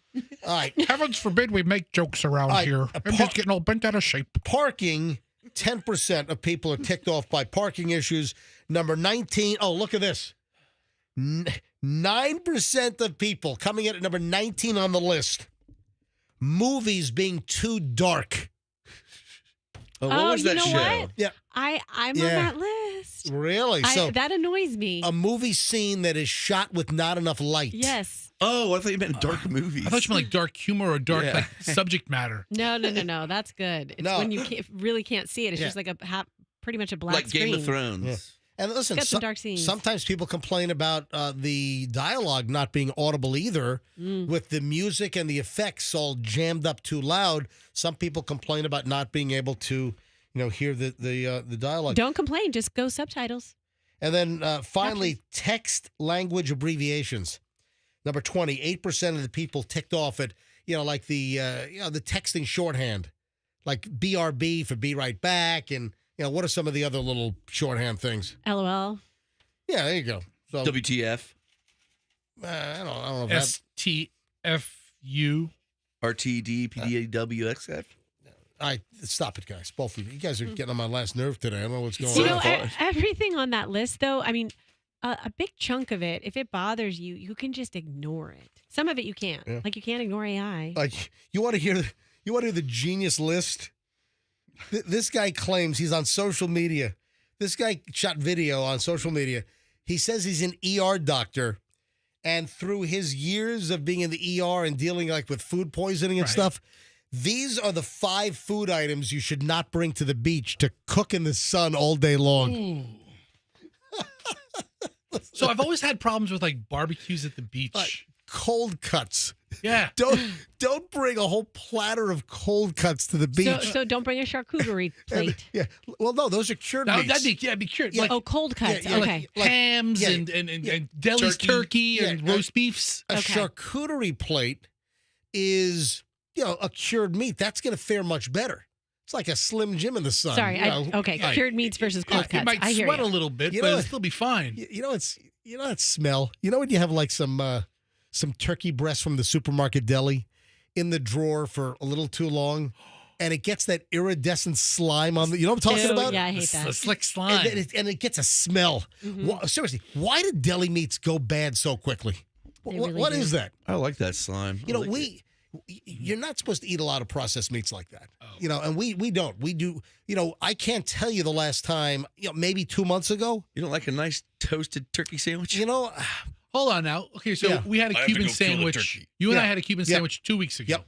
And it was ham. Right. And I guess that was the meat. Guess what? That was the first time I had deli meat probably in couple of months. That was the first time I had deli meat that day. Now we buy Boar's Head American cheese all the time. Right. But as far as we don't do a lot of the deli meats at our house. But what is it? It's like deli meat. It goes bad in 3-4 days sometimes, and it gets that kind of rancidy smell, and it gets that slimy and then like I said, like an iridescent. You hold it up in the light, and it's kind of like a fish scale, you know? Yeah. You know what I'm talking about? Yeah, it's like greenish, purple, green, exactly. yellow. Yeah, it's like a termite wing. No, I'm serious. All right, so the ER doc is saying don't bring cold cuts to the beach. Good call, doc. Yeah, fresh salads. Yeah, don't bring romaine, iceberg, spinach, cabbage. Major source of foodborne illnesses. Anything with mayo. Yeah, don't bring a big vat of potato salad to sit out in the hot sun at the beach all day long. I mean, this sounds like common sense, but I bet you a bunch of people had some warm potato salad this weekend and aren't feeling well. Raw meat. Do not bring raw meat to the beach. You know what? What if I was in the mood for some carpaccio? Well, let's say I wanted some steak tartare. I'm gonna chip and shave some raw beef at the beach at about 2 p.m. since the meat's been sitting out since about 10 a.m. at the beach. Yeah, don't bring raw meat to the beach. I saw the list. I'm kind of making fun of the list because Fester, as you honed in on, it's all freaking common sense. But you know what else you're not supposed to bring to the beach? Pre-cut fruits. Sand. Don't bring sand to the beach. Good one. All right, pre-cut fruits. Pre-cut fruits. It's true. All right. Bring solid fruits that are still in their peels or whatever. Well, what do you bring? You bring like a fruit bowl. It's already cut. You bring a salad that's already made. Yep. Well, these are the things that increase the chances of foodborne illness by sitting out, in the hot sun. All right, 9:22 at the MJ Morning Show, rolling up on 9:23. Final chunk of the MJ Morning Show is next. I have, you know what? This is going to be a late installment of Morons in the News. I got a couple of stories. There is an image. We posted an image, and this is going to be like a show and tell deal. I'm going to tell you the story, and then we'll show you the image because you're not going to believe what the heck happened here. This is insane. And then several people asked me if we had a water landing with my Spirit Airlines flight. We did not. Although you saw what happened on the flight from, Jamaica to Florida? What happened? Spirit yesterday. I'll tell you the story. There was a little bit of an issue. And then this is pretty gross. I got a pretty gross item we'll get to. Oh, and Madonna tattoos. Madonna tattoos. Hang on, a lot next. And it's very intriguing stuff. All in minutes on the MJ Morning Show here on Q105. Whatever you do not move at all.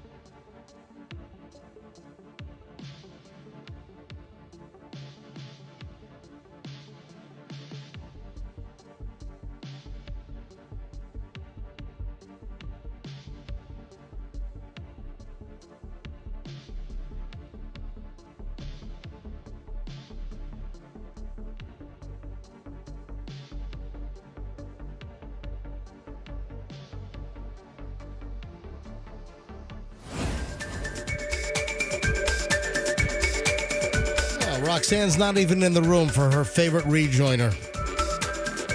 Yeah. Roxanne! Hey, your favorite rejoiner's on. It's your favorite one. I do love this one. Yeah. Thank you for playing my request, Yeah. MJ. Yeah, that's a minor hit from 1992 or 93, Sunscream. Remember, you can make the sea turn, turn. Love You More was the name of the song. Yes. Yeah, it's a good song. It is. I didn't get to this earlier. Before I forget, final chunk of the MJ Morning Show here on Q105. And thanks for hanging with us. We don't slack off, meaning we don't fill the last segment with crappy stuff. The stuff that we always do in the last segment, it could easily be primetime material. And I just didn't get around to this earlier. And in fact, I was tipped off by a parent. So even before this made the news, of course, we were heading into the holiday weekend. So we were already off the air at 9:45 on Friday morning. And I got tipped off before this even made the news. And it's the drunk bus driver out in Sebring. Did you see this story? They were drunk, dropping off kids? It was like a senior trip. Yeah. Listen to this. A charter bus driver has been accused of drunk driving with a busload of students. 30 graduating high school students from Sebring High School. They were going on some kind of senior class trip over to Daytona Beach in a charter bus. And the bus driver's freaking drunk. Oh, my gosh. It's unbelievable. And one of the parents who listens to us regularly tipped me off to this before it even made the news. But, we were off the air for the week on Friday when I got tipped off to this thing. Yeah, the bus was weaving all over the road. The guy was driving like an erratic maniac. And one of the parents saw the driver, who has since been identified as Keith Shiflett, who's 55 years old, he blew through red lights. He was swerving and cutting off other drivers in traffic. And that's when one of the parents got her car in front of the bus to stop the bus. That's a pretty brave freaking move. No kidding. Nice. I like it. Yeah. And then there's video of the parents having a confrontation with the bus driver. So these are the parents of these senior high schoolers from Sebring High School that were headed to Daytona for this special senior trip. And they're having a verbal, they're getting into it with this 55-year-old Shiflett. And there were 30 kids. There were 4 adult chaperones. And they were going from Sebring. What's that? Is that Highlands County? Sebring, or is that, what county is Sebring? Is Highlands, right? I don't know. Can you look that up? Look up Sebring. Sebring. Yeah, why are you searching Sarasota? I've said Sebring 9 times. It's cities. Yeah, Sebring is, what county is Sebring? Just out of curiosity. Always forget. But, again, they're being driven to Dayton Lagoon, and this was like some kind of senior trip, something that they call Project Graduation, and it's some kind of a nonprofit. Highlands County. Yeah, it's Highlands County, Sebring. Yeah, that's what I thought. But this is unbelievable. But can you imagine the braveness of a mother to pull her car in front of the bus to stop the bus as she sees him blowing red lights and weaving all over the road? I'm glad the guy stopped for her. This is unbelievable. Fox 13 did an interview with one of the parents. They said that he was just a little off and that he was passing out at the wheel. According to people on the bus, he was passing out on the wheel. According to Michelle Tomac, whose son is a student and one of the kids on board the bus. Another parent, Giselle Diaz, was following a few cars behind in her own car when her daughter called from the bus. The daughter told mom, the guy's running lights. He's cutting off people. We can hear people in the background screaming. And then I heard another one of the moms that was in the bus chaperoning as well. And she called me and said, this guy's driving crazy. How do we stop him? That's when Diaz drove her car in front of the bus to slow him down until he stopped. And then video rolled and it caught Diaz to show the deputies, I guess they did field sobriety tests on the guy. And Diaz rolled video of deputies in Highlands County doing a field sobriety on this guy. Diaz later found a beer can in the trash can on the bus. That's no good. The bus had only been away from the school or the pickup area for 15 minutes. So wherever the pickup area was, 15 minutes out, and they found a beer can in the trash can up at the front of the bus. What the hell? Anyway, the story update is that Holiday Coach Lines, that was the charter bus company, Holiday Coach Lines has fired Keith. Yeah, Keith Shiflett's been fired. And the statement from the bus company, Keith was immediately terminated when arrested. He has been with us around 8 years without any complaints or concerns. Yeah, well, this wasn't his best day. No, we have random drug screenings and have never had any positive results. We're a small company and in 32 years have never had something like this happen, according to the company president, Michael Kangaroo. That's the guy's name? No, Canago. Is he a captain? Kanago. I just like Kangaroo better. I like it. Captain Kangaroo. I just want to express our sincere gratitude for the parents that stepped up to make sure these kids were safe. Anyway, this kid, this driver rather, on top of DUI, he's also being hit with cruelty toward children, like 30 counts, because of all the kids on board the bus. So this guy's screwed. Last we saw, he was still in the Highlands County jail. Damn. Yeah, the kids did make it safely to Daytona in another bus and several other cars, according to Fox 13 on this. But, I mean, that's a nightmare. Can you imagine you're on the bus and then you find out that the guy had beer cans or a beer can, at least, in the trash can? Come on, kids, let's go. We go to Dayton Springs, wherever the hell we're going. Come on, shut up, you little bastards. Wow. Any of you kids ever have beer? There is a picture that you've got to see. You want to know what happens when you light a cigarette in an SUV packed with propane tanks? Oh, no. I can only imagine. Oh, my God. Well, those propane tanks are supposed to be sealed. They are. But I don't know what the heck happened. But go to mjmorningshow.com. Fester, go there right now. This is a story about why you should not smoke in a vehicle. This looks like a Toyota Highlander or something. All right, so scroll. All right, look at it. Here's what you do. You go to mjmorningshow.com. Then you look for our picture, all four of us. And then you look for As Heard on the MJ Morning Show. So go to mjmorningshow.com and then find As Heard on the MJ Morning Show. It's the top item. Perhaps this advice can save your life, if not your SUV. Click on that. I'm clicking on all of it. All right, click on it. All right, it's apparently still loading. All right, hang on, just all right, Fester, just I'm waiting. Stop. Okay. Let me try to do this. Fester's not very good with the computer. No. All right, so is this not trying to refresh? It says here's some story. Yeah. Then is it load? Hang on. That's our page. Yeah, our page. Our page takes a little bit of time to load what's sometimes. going on? And then it has a link to X and then formerly Twitter of Jalopnik, right? The automotive news site. It'll eventually populate, according to Andrew. Just let it sit for a second. For whatever reason, it's a slow load. But this is a dude out in Los Angeles. Are we on dial-up? I don't know. We're on 2400 baud on old AOL 1994. Yeah. So this guy in L.A. was in a Toyota. I don't know if that's it's a 4Runner. Nice. A Toyota 4Runner. And the guy lights up a cigarette. Oh, no.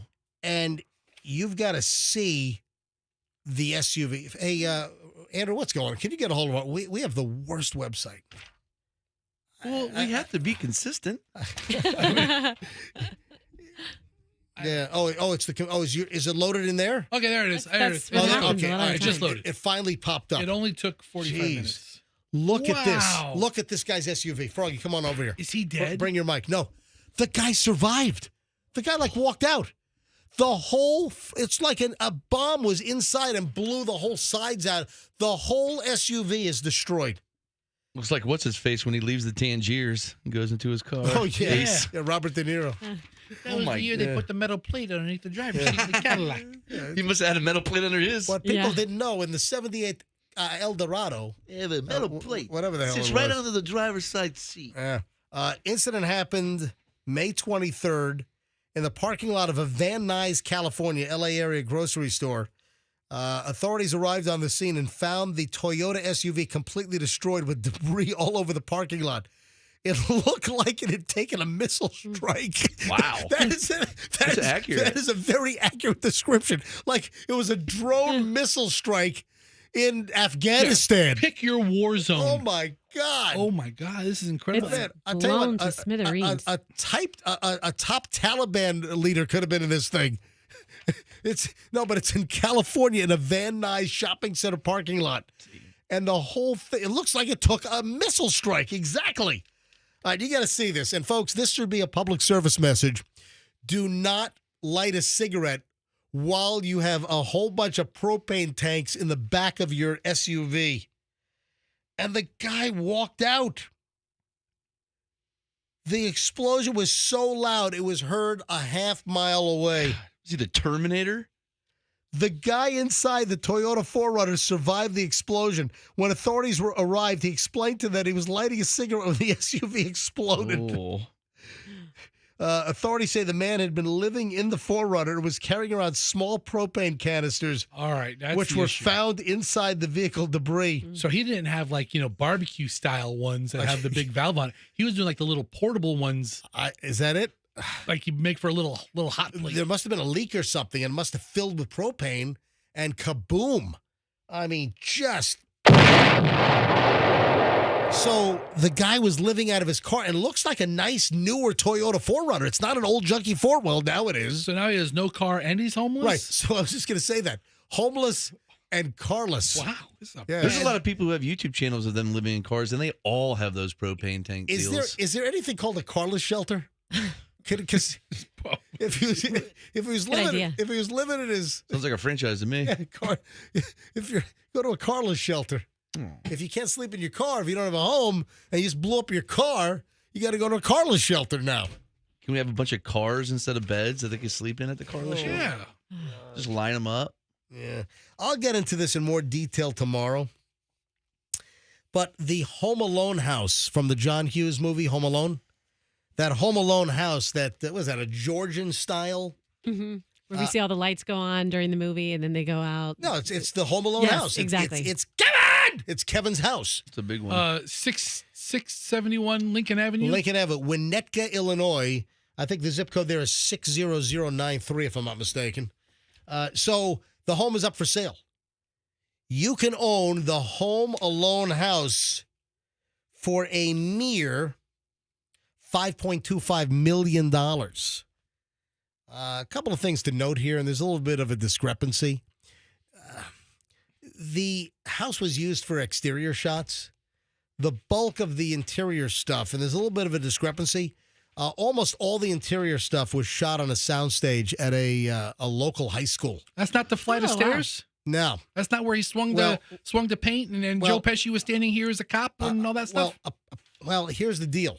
There is a claim, according to the real estate agent selling the Home Alone house, that the front stairway was seen in the movie as well as a few other rooms. But a production person from the movie Home Alone has since come out to dispute that, to say that no interiors were shot in the house. This isn't where Mom and Kevin hugged? Listen, it's a similar...